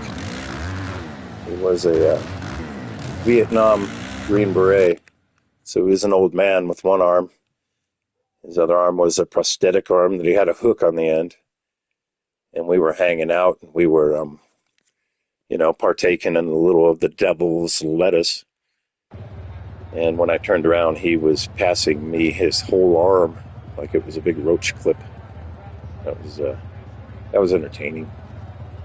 Hook was an interesting fellow. His hook was sharpened. And that's all I'm going to say about that.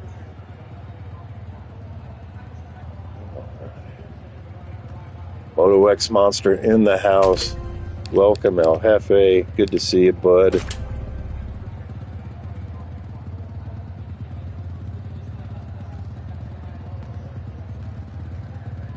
What's everybody's take on Jorge Pardo, however you say his name.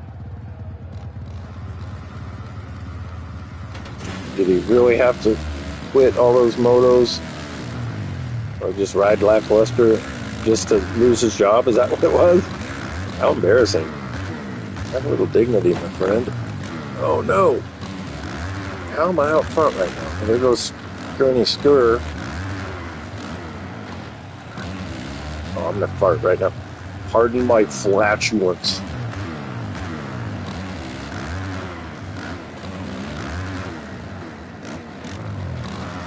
Oh man, that just sucked me into I don't know where. How am I in first place right now?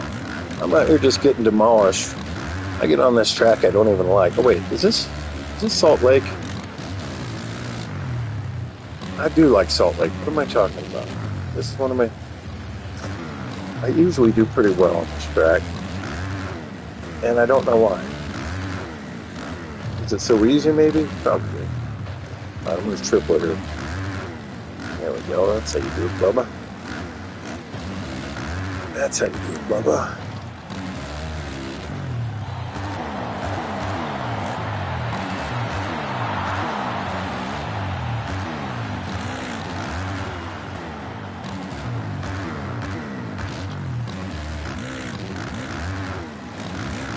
Oh no, that was garbage.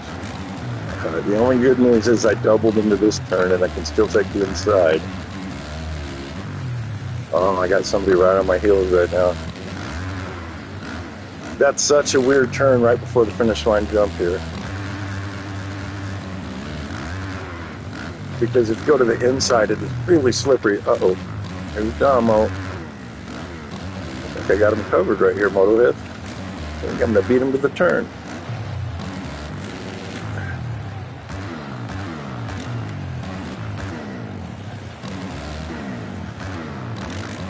Oh, that wasn't cool at all.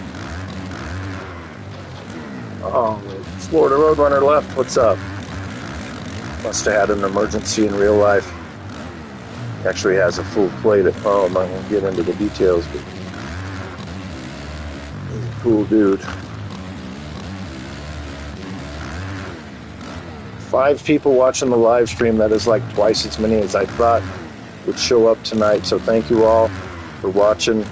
I was sure my audience was going to be limited to 2.5 people. All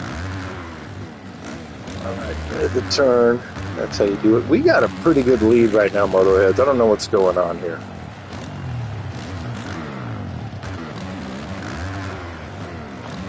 But I like it.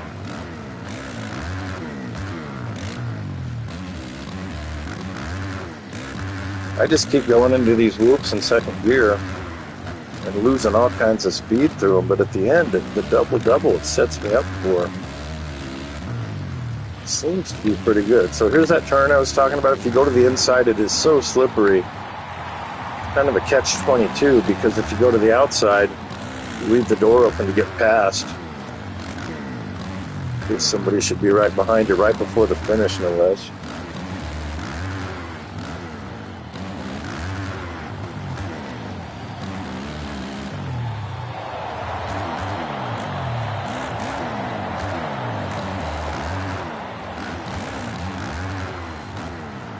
Oh, we got somebody creeping up. That's Damo, the Dominator.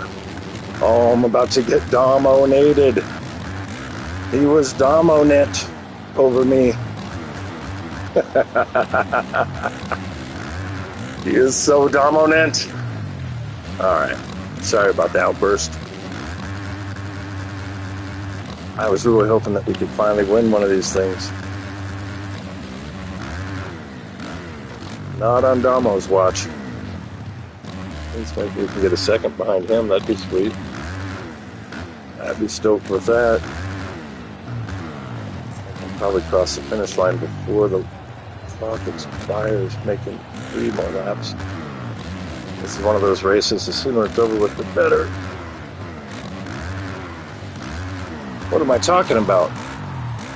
It's not the attitude. The attitude is I still got time to catch up to Damo, who just wiped out, by the way, I might mention, and win this race.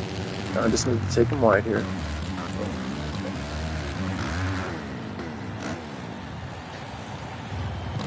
Oh. Oh. Who's Damoing it now? Damo or something? Oh, come on, buddy. Don't do it to me. Why? Oh, he went way back there. Something really happened to him, I think. I don't know. It's hard to tell what's going on now, but it is. We're about to get the white flag, and I got a whole pack of hungry MotoHeads right behind me. I just need to triple into this turn and get a good drive into the loops. I'll go into third this time. That's a little better. Not much, though, to be honest. Oh, he's right behind me again.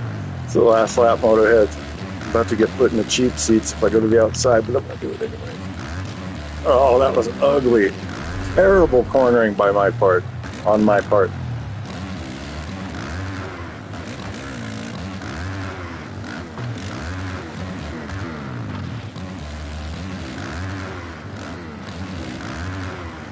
I think Damo tried to pinch me in that last turn, but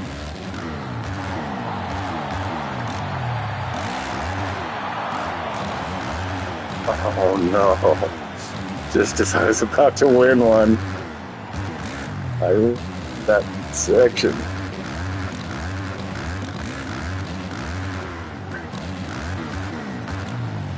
It's a lapper right here, really? Don't blow it for me, buddy. Awful. I'm all sweaty hand. That's how you do it. Finally.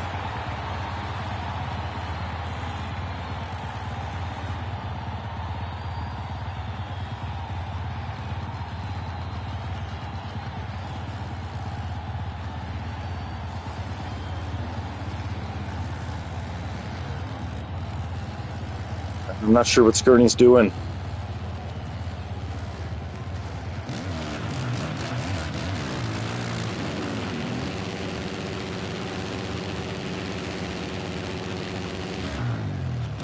We have fun.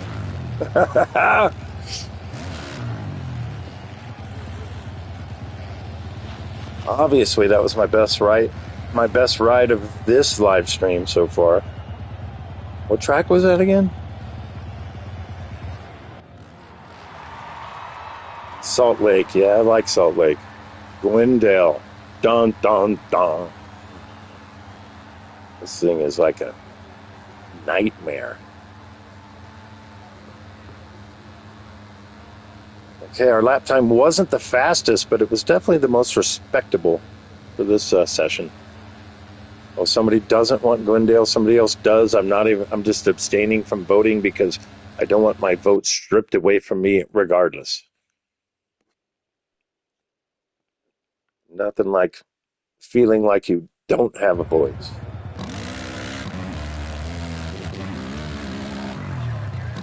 Oh, this is Glendale then, huh? Okay.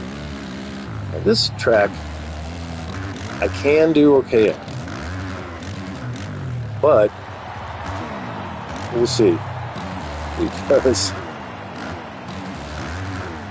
there's a lot of places where people make errors here, including myself. There's old Skirney. And then we whoop side by side. Oh, mercy me.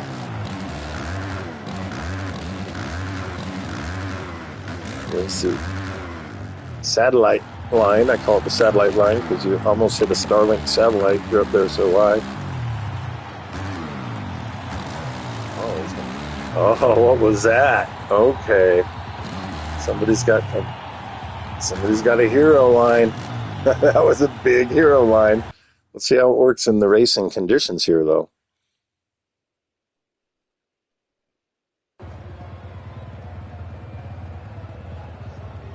So I'm going to do some more of these live streams. Thanks for showing up, guys. And I'm probably going to start inviting players in to chat with me here during the live streams if these things go well and I keep doing them. I'm having fun with it, I must admit. What's Skirney so mad at? Did you see him all shadowboxing over there? Hit me?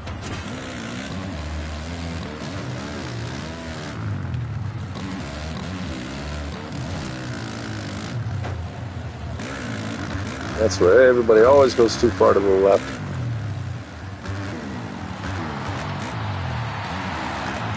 Okay, we can do the double, quad, double. Ooh.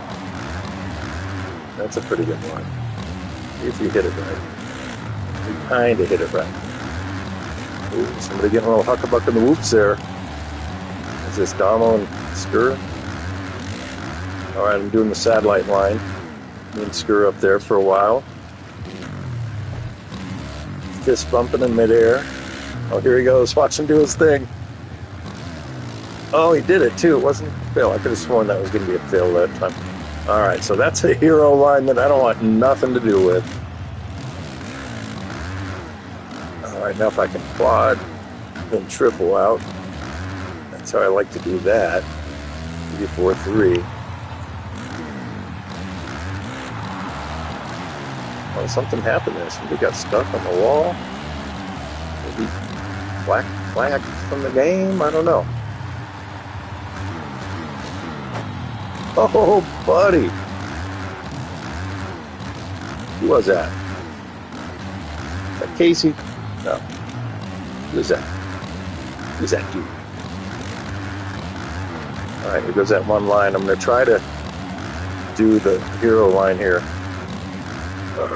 Didn't make it. Didn't make it. If you clear that, it's the hero line. It still jump over this last hump, but it doesn't put you in the outer space to get there. Alright, I'm going to try this one. Keep it right here.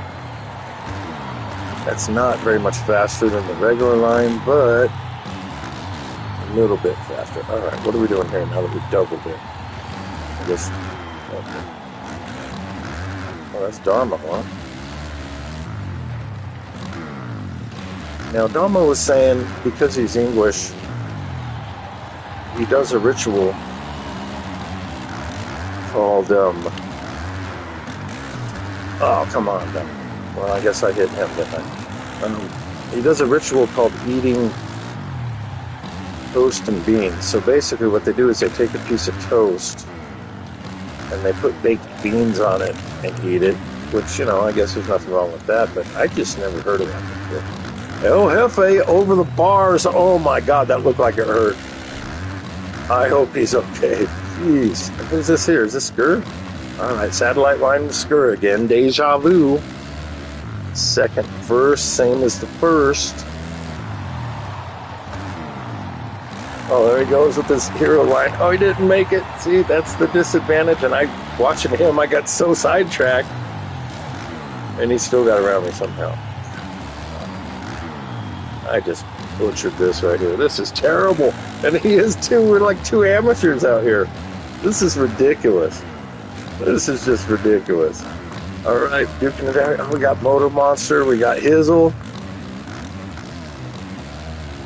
This is a fun moto. I don't care if we're 7th out of 7 MotoHeads. It's all about the battles for me. Sure, it feels good to win. It even feels good to get in second place with a crew like this.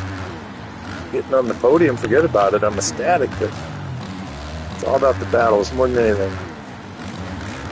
Going toe-to-toe with the dangerous Mr. Hizzle. The dangerous Mr. Hizzle.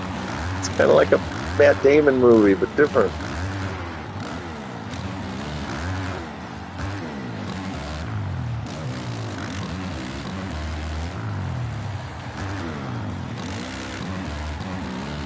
Did I see Euronymous in the chat earlier? I thought I saw him and then Alright, I blew that. I thought I saw Euronymous in the chat earlier, but I forgot to say something to him.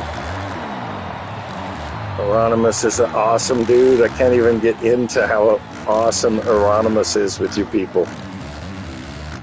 He's a force that needs to be experienced IRL to understand.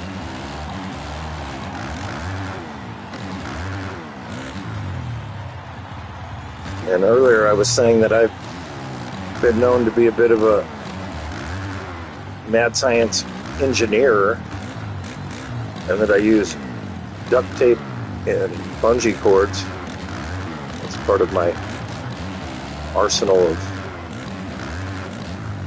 creativity. Oh, there's the Alright, there's a hero line. Catching up with Moto Monster using that. Well, Anonymous is also an outstanding mad science engineer, but he doesn't use duct tape and bungee cords. He uses a welder and actual real tools and stuff like that. So he's a true master of making things do what he wants. He makes stuff do what he wants it to do, and he does it correctly, unlike me. I just do it to where it barely works for the next 3 weeks kind of a thing. Alright, MotoHeads. We are in 5th place out of 6 riders, struggling our way through Glendale. We did nail the hero line one time. I think there's even a better line through here. I just don't know what it is. I just totally ruined that. Oh, look at that. Okay, that wasn't a bad line right there. At least I didn't think so. Alright, we're going to get the white flag right here. We need a better lap time than a 103.10. I want a 102 something. Alright, a quadruple. See, that's the way we like to do it every lap. You know it's a technical track when you don't do exactly what you want to do every lap. There goes Casey, laying on the ground. I think he had a anchor shift out. He was...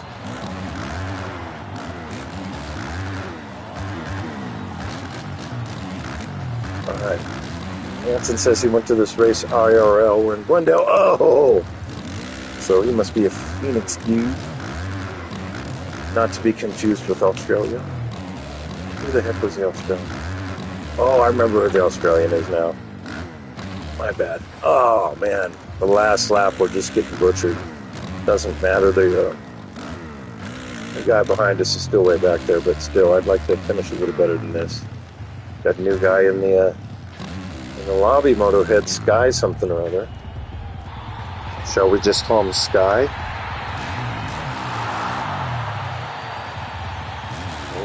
There goes Skur acting weird again. Philadelphia. Should I try voting for it? We got a 103. Man, look at those lap times up there. Those are nice lap times. Damo in second. We need some more riders in here, MotoHeads. You know who I'd like to see show up is like Moto Sensei.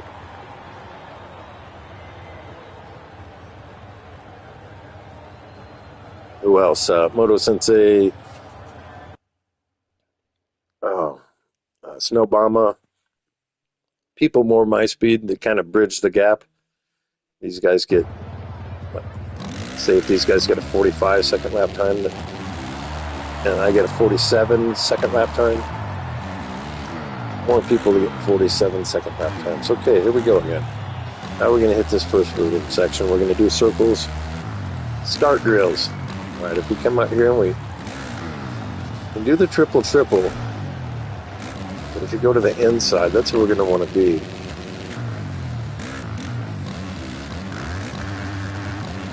Yeah, there's a couple ways to... What's the best way, MotoHeads? Leave a comment. Let me know before the start of this race.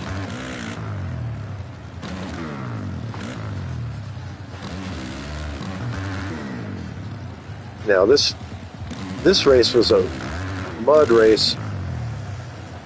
That's why that one big double back there isn't a triple, and that's why there's puddles all over the ground. Well, that's probably the puddle. Is this the one that AP won? Did he win a race this year? He did, right? I know AP did a belly flop into a puddle that was about 3 inches deep. Ouch. All right, we got 7 warriors lining up for battle. Our little digital men dressed up in fancy-looking moto armor. We got Keegan in here.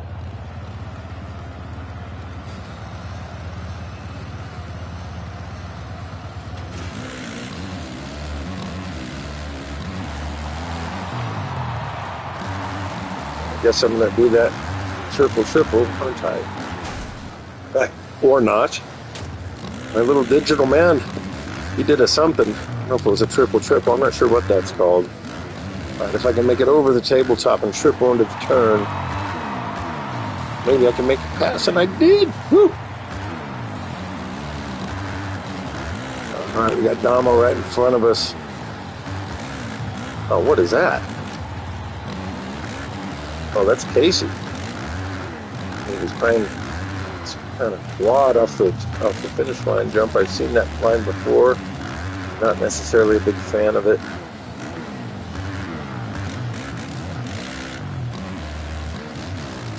Running 5th out of 7. All right, I'm going to do the triple again. Oh, or not again. Not sure what that was, but it was a something triple. Didn't make it over the tabletop that time. All right, I need to start catching some dudes and passing some dudes, period. This is just nonsense.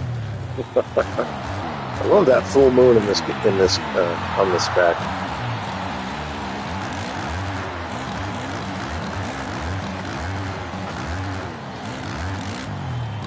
So big race in Vegas tomorrow, MotoHead. Big race. Oh, I've been to Supercross in Vegas 3 times. 2 times it was the regular season Supercross finale at Sam Voigt Stadium. That was in 1998 and 1999. In 98, there was an epic battle between Jeremy McGrath and Doug Henry, the first half of the main event. And then the 3rd time I went to Vegas to watch Supercross was the Monster Energy Cup. I don't recall the exact year, but it was the year that they had the starting gate at the top of the stadium, if you guys know what I'm talking about. That was pretty cool, having the starting gate like that.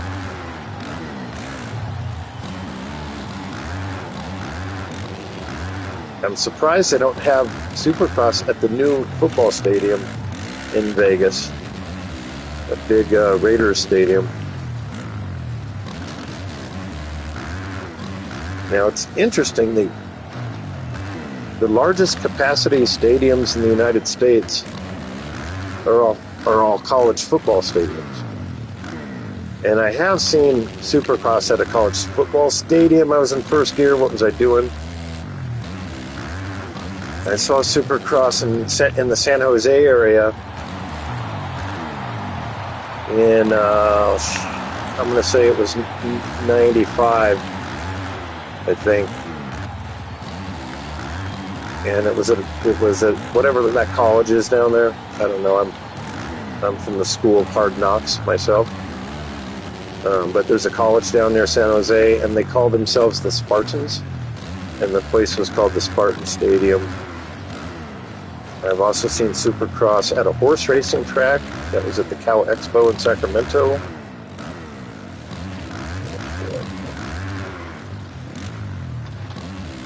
I was lucky enough to see, well, not lucky. I went out of my way, bought a ticket, and traveled to go there and watch it. I saw Supercross in the Superdome down in New Orleans. And that's when Chad Reed was on his 250F and Grant Langston was number 111 on his KTM 2-stroke 125. And they were duking it out for the title. Chad Reed came out on top in that one.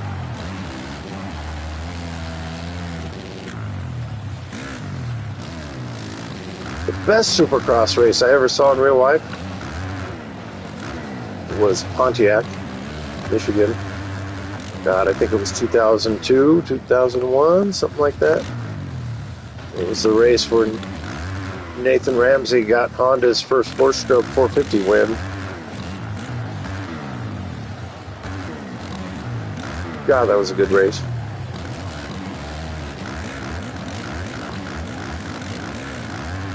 It's kind of funny every time I go to see live racing at this level.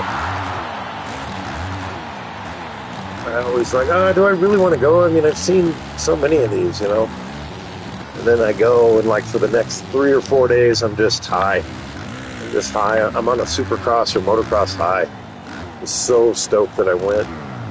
That's motivation for the next year to get out of your house and go check it out.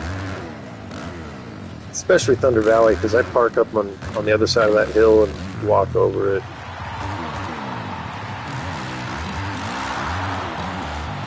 And I always meet people at Thunder Valley. I always make new friends. And you can read their faces. They're like, "Whoa, this old man's crazy, but I like him." At least that's what I think they're thinking.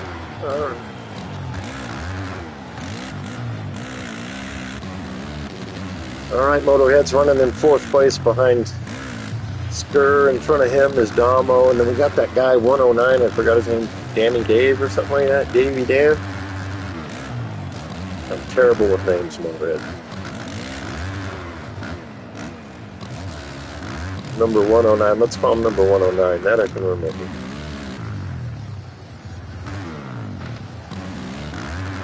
Whoever he is, he's a badass. All right, 4th place.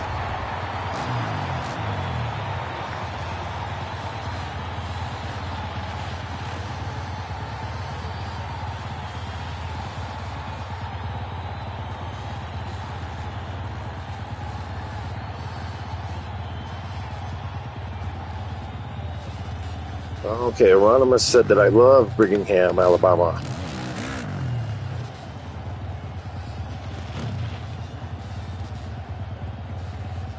This little crew right here, these 3 guys, that's kind of trouble. That's trouble waiting to happen right there. Lock up your daughters, lock up your wives.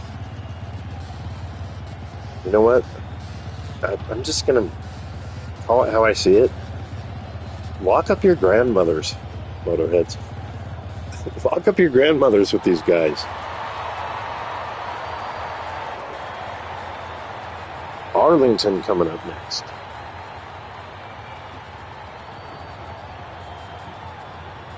This track I might stand a chance on. Maybe not. Look at those lap times. Everybody's faster than we are, MotoHeads, on lap times.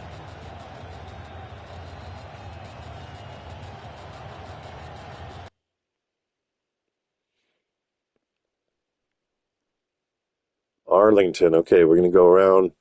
No, we can do it from the inside. We're going to go to the inside. We're going to kind of bump our way over the tabletop and then triple into the turn.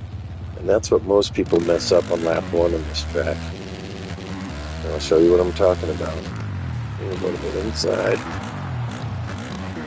Over the tabletop. Because you really got to check up to not over jump that. Much better off tripling into the turn.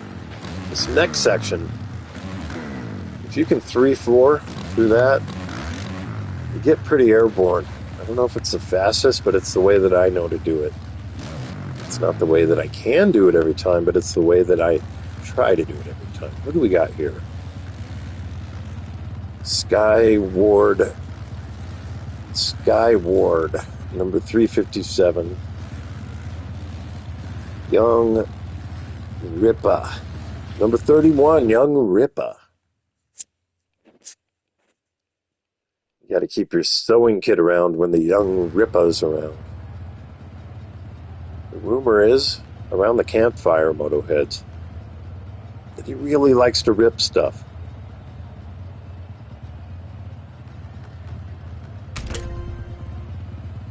I'm going to do it from the inside. Bob Hizzle, wise choice right next to me. Not only are you a danger to my success through your violent outbursts of aggressive riding, but it's a good place to line up. Bob's my buddy, BTW. All right, game face on, MotoHead skate down.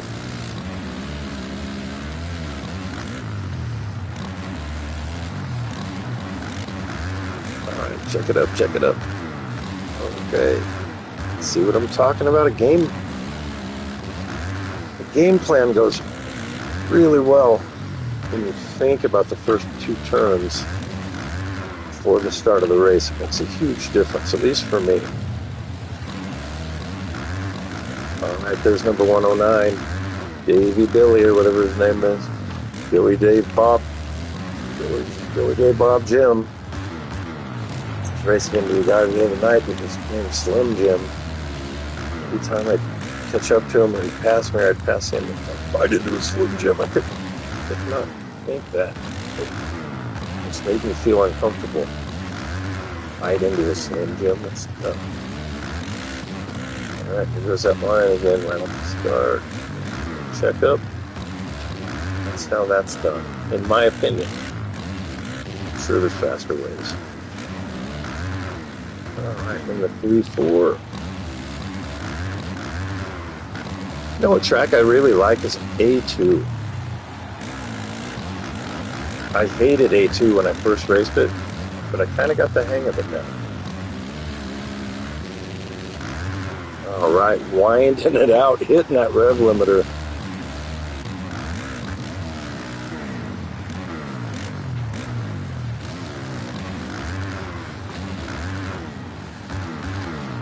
We got Damo behind us? What's going on? Must be the, must be jet lag, must be the time change or something.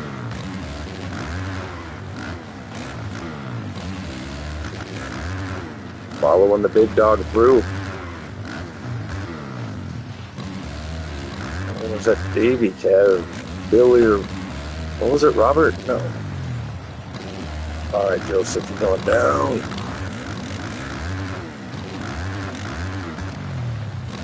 I can't help it. Oh no, first gear, no. Oh, MotoHeads, we were doing so good. Alright, not a problem. So Damo up there gave me some pretty good advice before.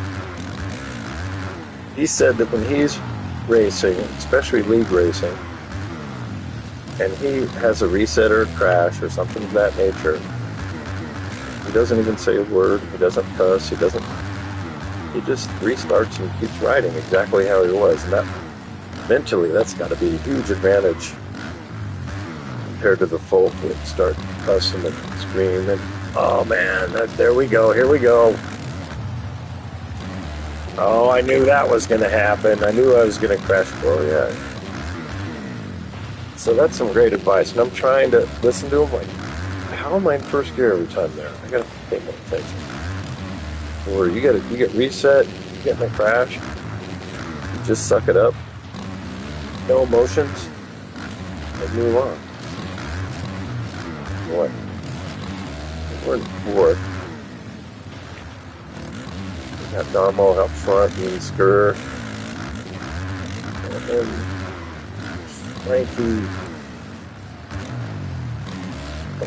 Frankie Doug.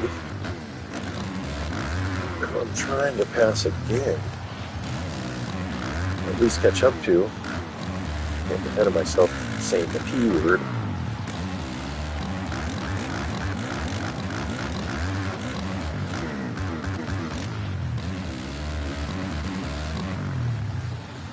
All right.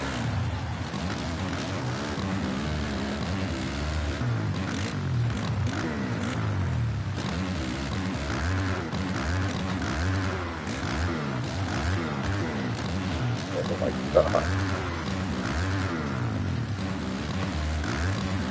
We're never going to catch anybody like this one. All right, check it up, check it up. We're only 5 seconds behind the leader there, so there's that.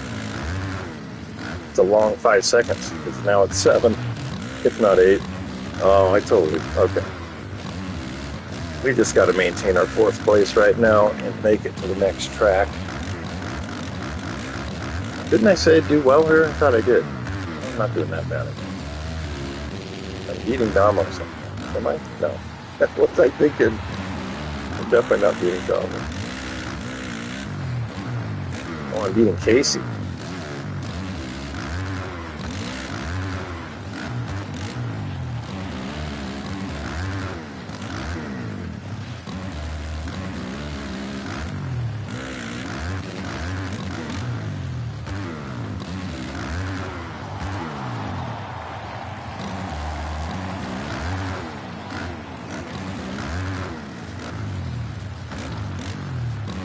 So earlier I was talking about 12 o'clock boys, like inner city dirt bikers that go out in big groups and ride wheelies around and get the cops to chase them and stuff. I noticed the comments, most of the comments on the YouTube about those guys are pretty negative. I think it looks fun. Yeah, getting the cops to chase. I mean, that's what I did when I was a kid. You go out to the fields, you're riding around, the cops show up, they wave you over like you're going to ride over to them, and you just ride the opposite direction, and they get all mad, and there's another cop, but you know all the places to go, and you lose them, and then everybody laughs about it. That's the way it's supposed to be.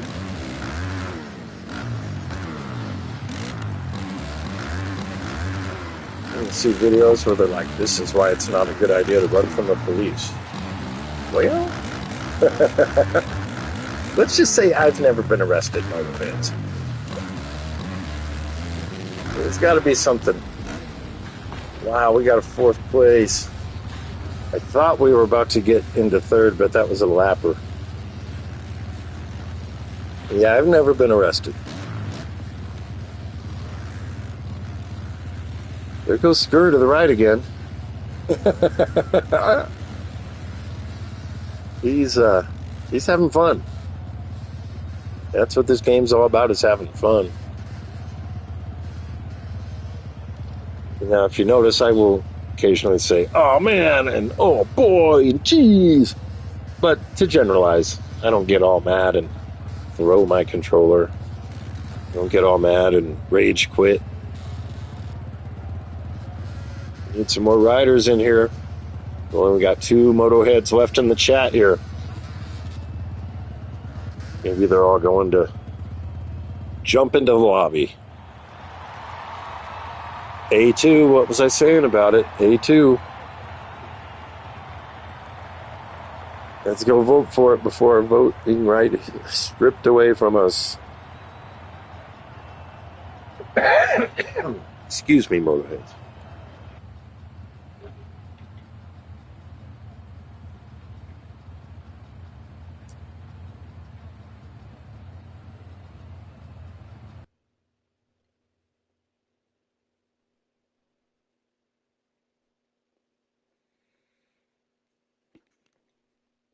This track, it just seems so, I don't know, there's some parts where you just hardly even hit the gas and just float over stuff, and I like that sensation, that weightless feeling.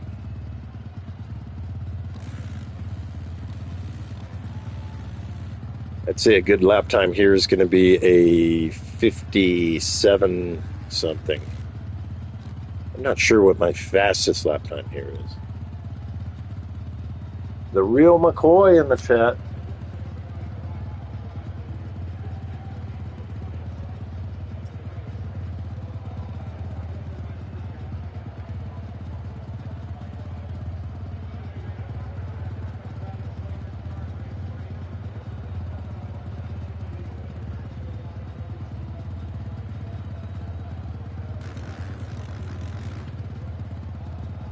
By the way, when that guy handed me his entire prosthetic arm as if it were a roach clip, that was pretty gross.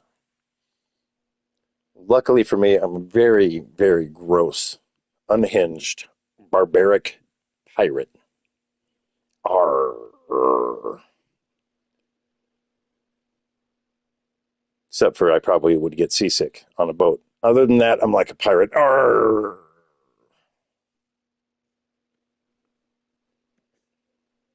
All right, and we just lost a viewer after that display of savagery. Man, this is a long load screen. All right, all this talk about A2, and here we are in the stadium. 175 billion fans in the stands.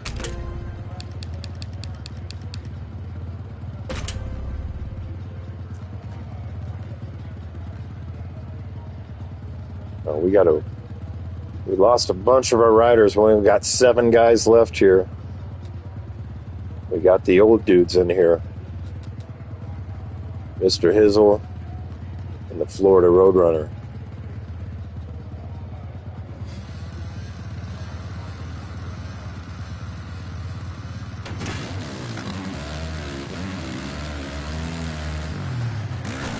Oh man.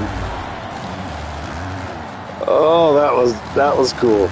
I mean, it totally derailed what I was doing, but it was cool.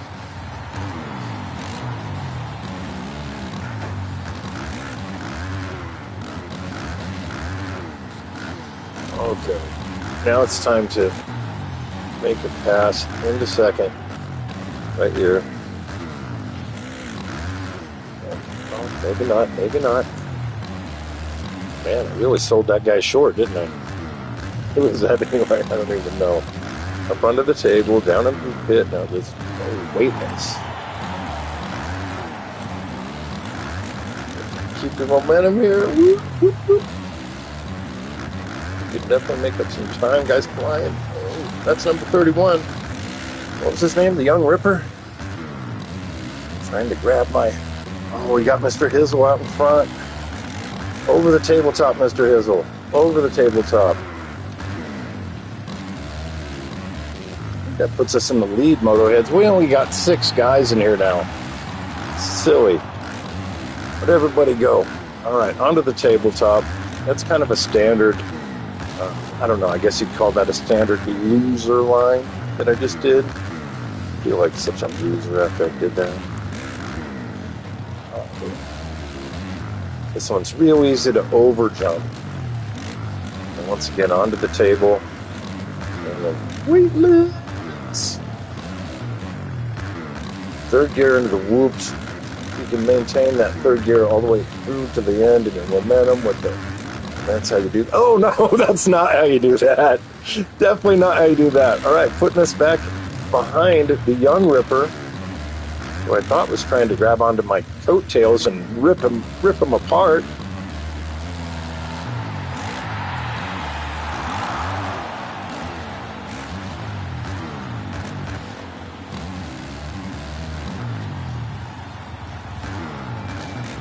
Oh, the Young Ripper's father, his name was Jack. He's a bit of a overly affectionate man in England. Completely believed in involuntary love. Oh, I overjumped that. That's all right. I can do that. Oh, see how it kind of derailed me just a little bit, though? That's why I don't do that. It is a little faster if you nail it perfect. Over the tabletop and then 4 into the little inside. Oh, okay.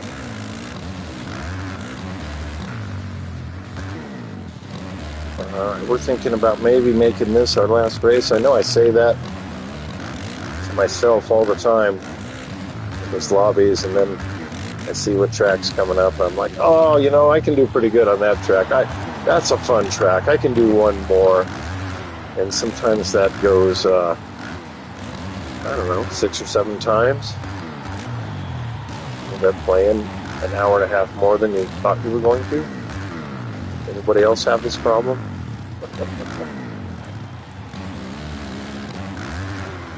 I wonder what our max viewership was tonight. I wonder how many. The most I saw was 6 in the chat at one time. I totally blew that. See, we got to check up, try to get the momentum back. Number 31, the Young Ripper. I like this guy. Maybe I'll send him a friend request, try to get him into the Monday night lobbies, Monday night Triple Crowns, Monday night motos. I kind of like the sound of that. We're going up against, my plan is to have a bit of a league kind of a thing with no Discord that will eventually steal at least 95% of Monday Night Football's audience. So all those people will tune out of NBC, ABC, CBS, whatever that channel is, and tune into this absolutely superior channel called MotoHead Online Racing, and watch what we do here on Monday nights, as opposed to watching a bunch of grown men running around playing a stick and ball sport. Now, I'm not trying to say I don't appreciate football. But you can watch that Monday night game in the highlights on YouTube. It's free. It takes 15 minutes to watch it, and you see the whole game for the most part. I mean, the actual gameplay, I should say. That was bad. That was bad. I totally blew that. All right, so we did get our 57-second lap time here, MotoHeads. And we're still in second place.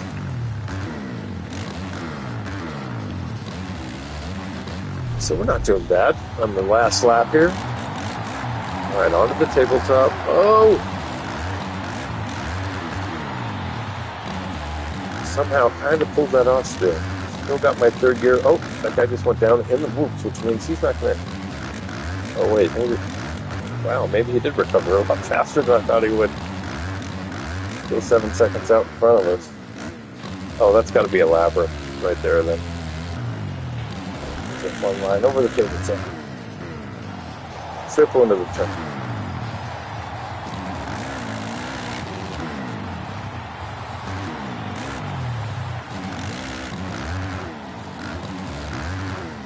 Okay, now that's a good line right there.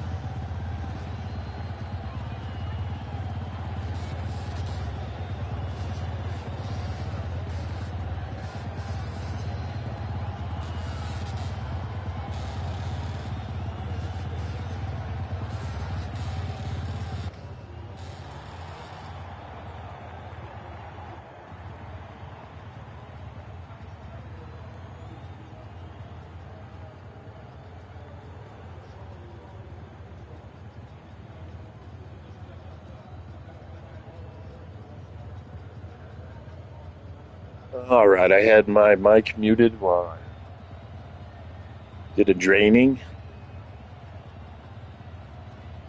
Now nobody can hear me. All right, I had my mic muted. Now you can. Now you can hear me. Did a draining.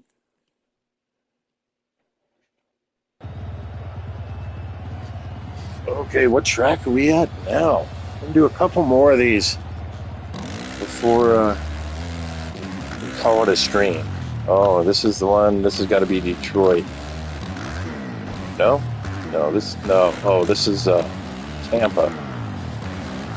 This is the one Mookie Stewart got his win on.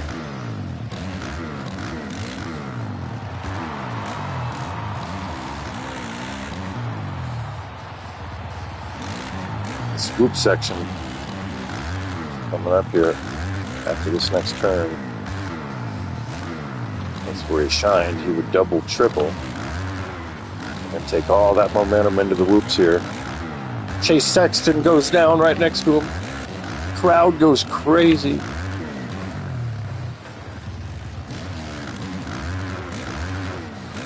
All right, I'm going to win this race, MotoHead. That's my goal. MotoHeads, that is my goal.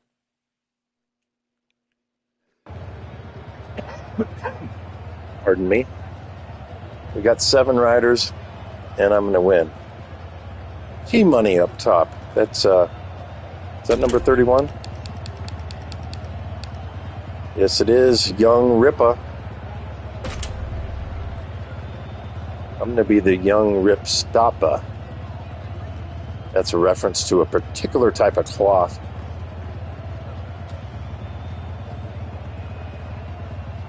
I should have lined up to the inside of them, now in hindsight.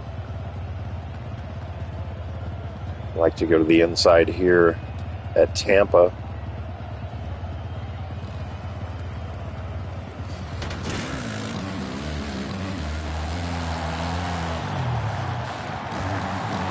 Blew that turn.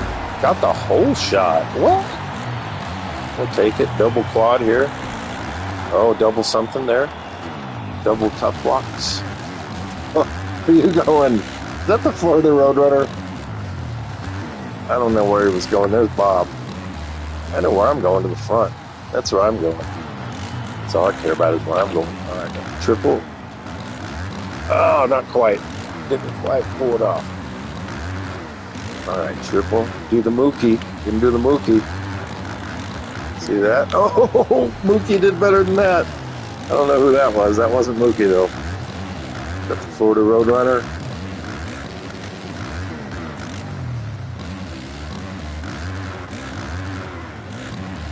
I love Mookie, by the way. I guess everybody loves Mookie. Nobody says anything bad about Mookie or AP.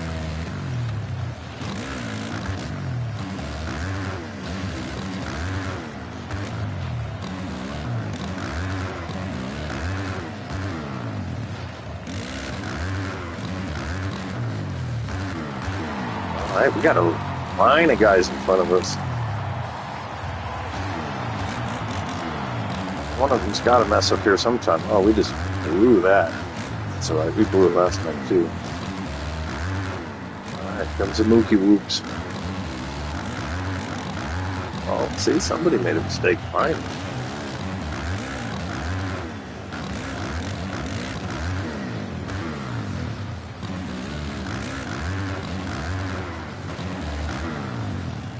And I always go to the outside here. I don't know what you guys think about that. I don't know what your third line is.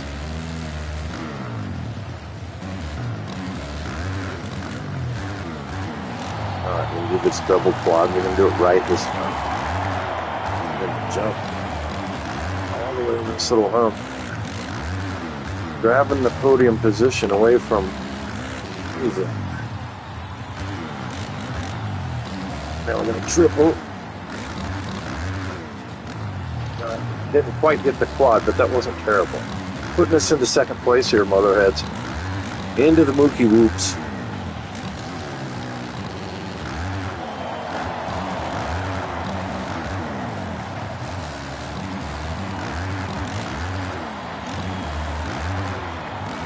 Got the Florida Roadrunner out in front. He was telling me recently that he just always loses at Tampa. So I don't want to give him any surprises. I want him to get what he's expecting here. And I think I might have accomplished that just by making that pass right there. You know, I can't tell how well the viewers in the chat can hear me. Here we go, quad. That's the way you do that, guys. But I'm a pretty animated gamer, IRL. I flail around a lot. And I use the mic on my controller. So sometimes I feel like my controller is right next to my mouth.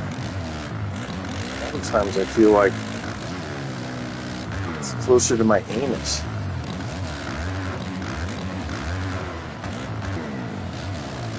So I can't tell how well you can hear me or if my voice fluctuates a lot.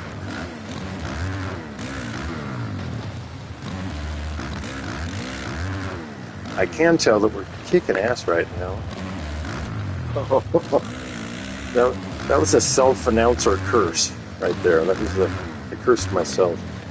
All right, double and triple. So much better than doing the triple double, which is also a very available line.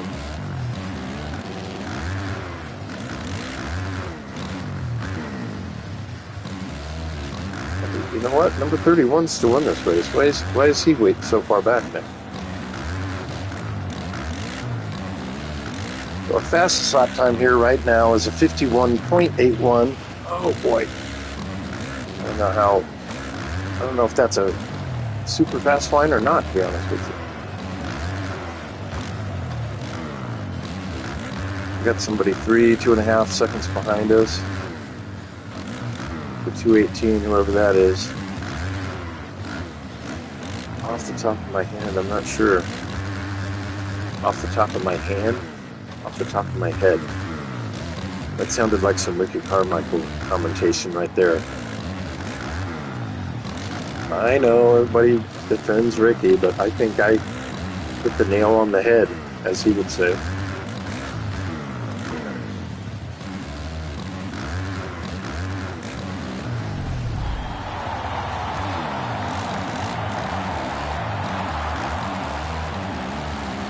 Last lap. Looks like we're going to get a lapper here to me.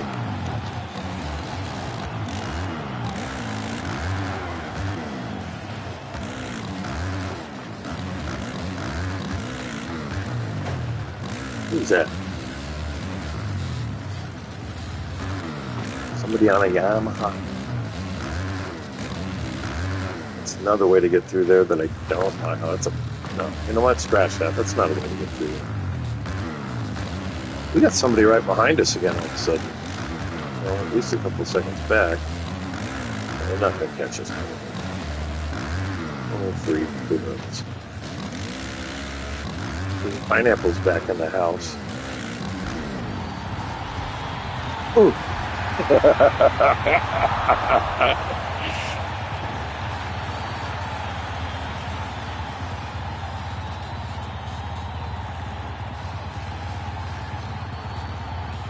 What a fun night of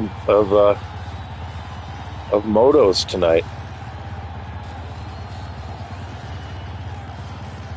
Pretty cool that we got a viewer who is listening to us like a podcast while he wrenches on his big husky.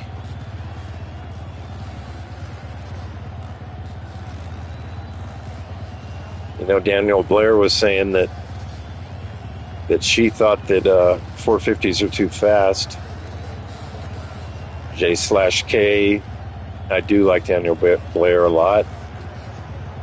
But are 450s too fast? Really? Huh. If you say so.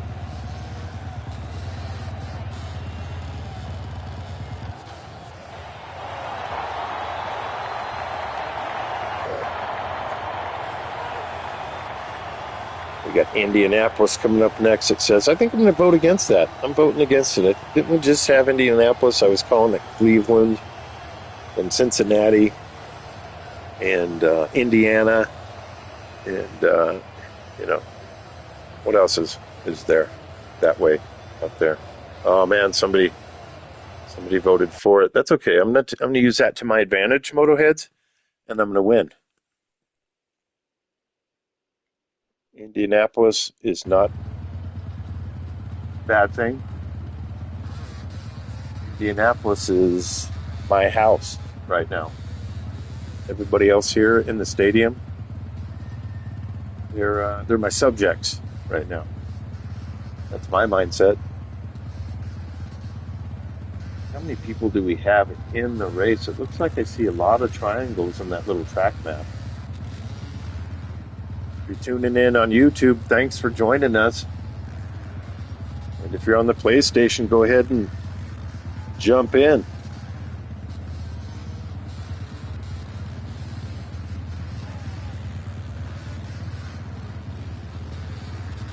Oh, I got my laptop open now. Does it say? Oh, yeah.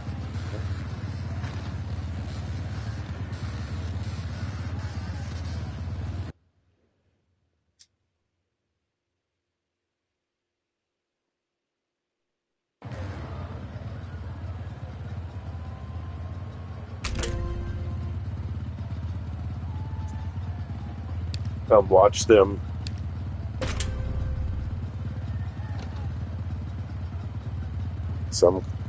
What was I going to say? Come watch them race to the gates of hell and shake hands with the devil. Saturday, Saturday, Saturday. The Super Bowl of motocross. Super Bowl.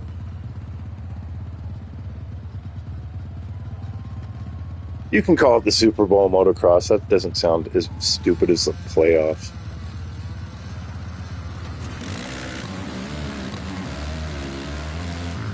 Alright, this is that track where you got to do the big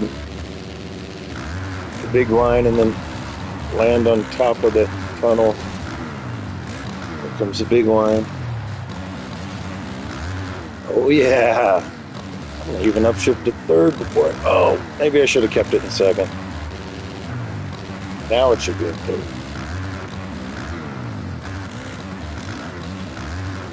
third. Getting in a tangle there for momentarily with Mr. Hazel himself. Guy's a legend. Everybody in the MX Legends community knows Mr. Hazel.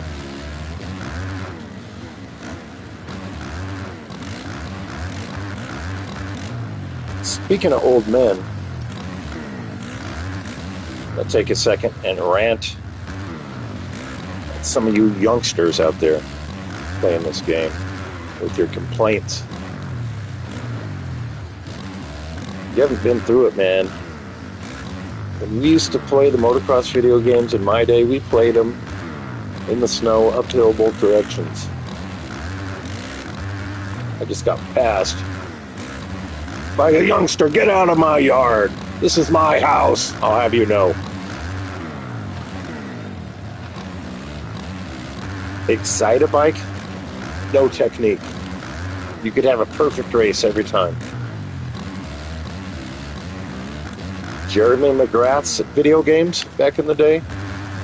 Absolute dog shit. Excuse my language.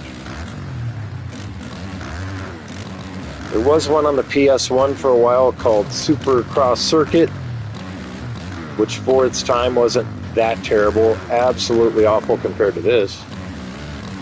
There we go. Oh, we didn't make it. My favorite moto video game on the PS1 was Jet Moto 1 and Jet Moto 2, but in particularly Jet Moto 2.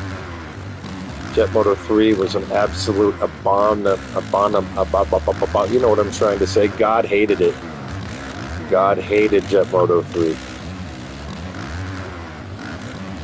But Jet Moto 2, anybody ever play that? Anybody out there ever play Jet Moto 2? Am I that old? Nobody probably knows.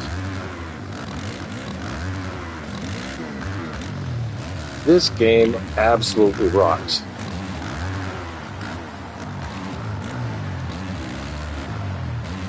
But I do have some complaints about it myself. I am that old, says Anonymous. I was gonna stop by your house, Anonymous. I've got a gift for you. I got Anonymous some replacement beads for his abacus.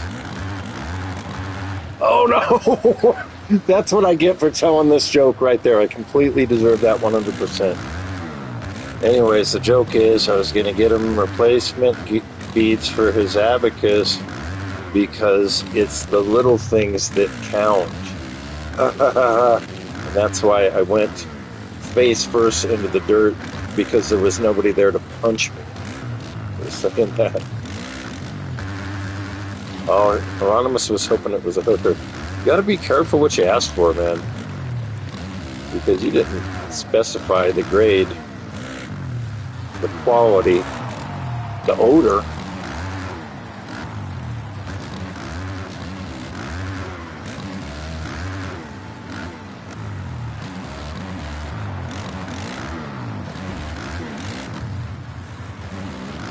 Didn't I say I was gonna win this one? What's going on right now?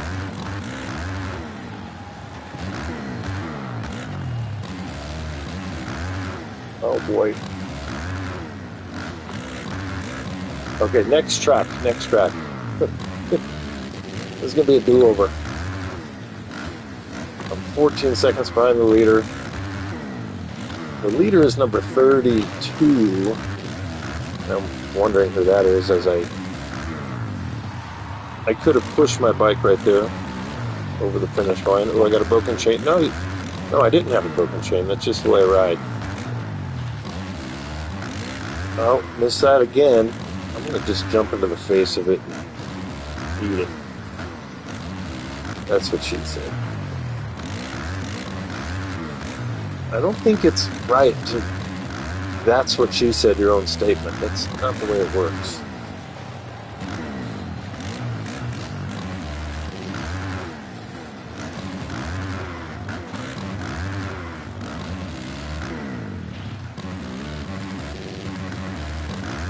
Every time I land in these whoops, I feel like it's going to rupture my diverticulitis.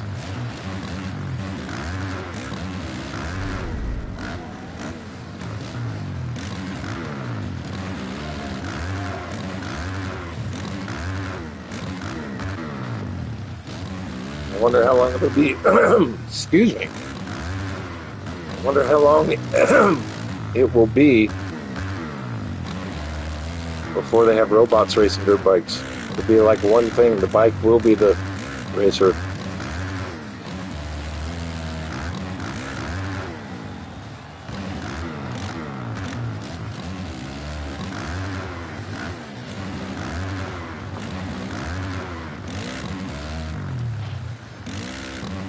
So I guess, speaking of robots and science stuff, I guess there's some new UFO footage everybody's getting distracted with from... Okay. What's your guys' take on UFOs? Are you believers? Anybody believe in UFOs in the chat? I used to be the biggest UFO skeptic ever, and now I am a believer. That's more based on being more familiar with quantum mechanics than anything. As it turns out, we don't even understand our own reality. All right, that was too deep. What about UFOs? E.T.? Close Encounters? Oh, what's a newer alien movie? Anybody? I think I saw one called Paul advertised. I've never watched it, though. Birmingham, Anonymous. It's Birmingham. I'm going to try to vote against it. We'll see what happens here. Veto. Veto Birmingham. Go back here and look at the lap times. Okay, even if it is Birmingham, oh, my veto might hold. My veto might hold. See what happens. My voice is going to be heard, MotoHeads.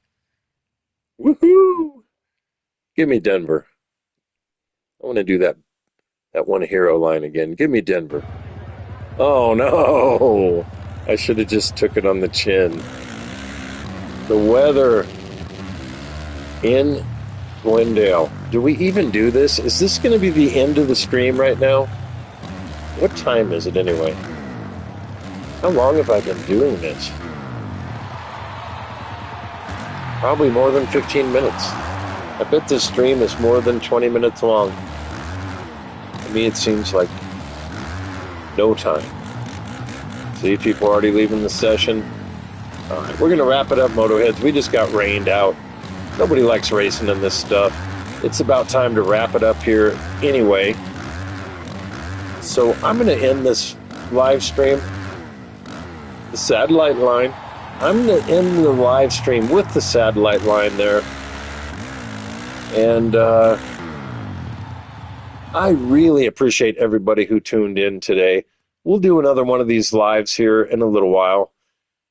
But whatever you guys do from here, have fun doing it. And we will see you all in the next moto.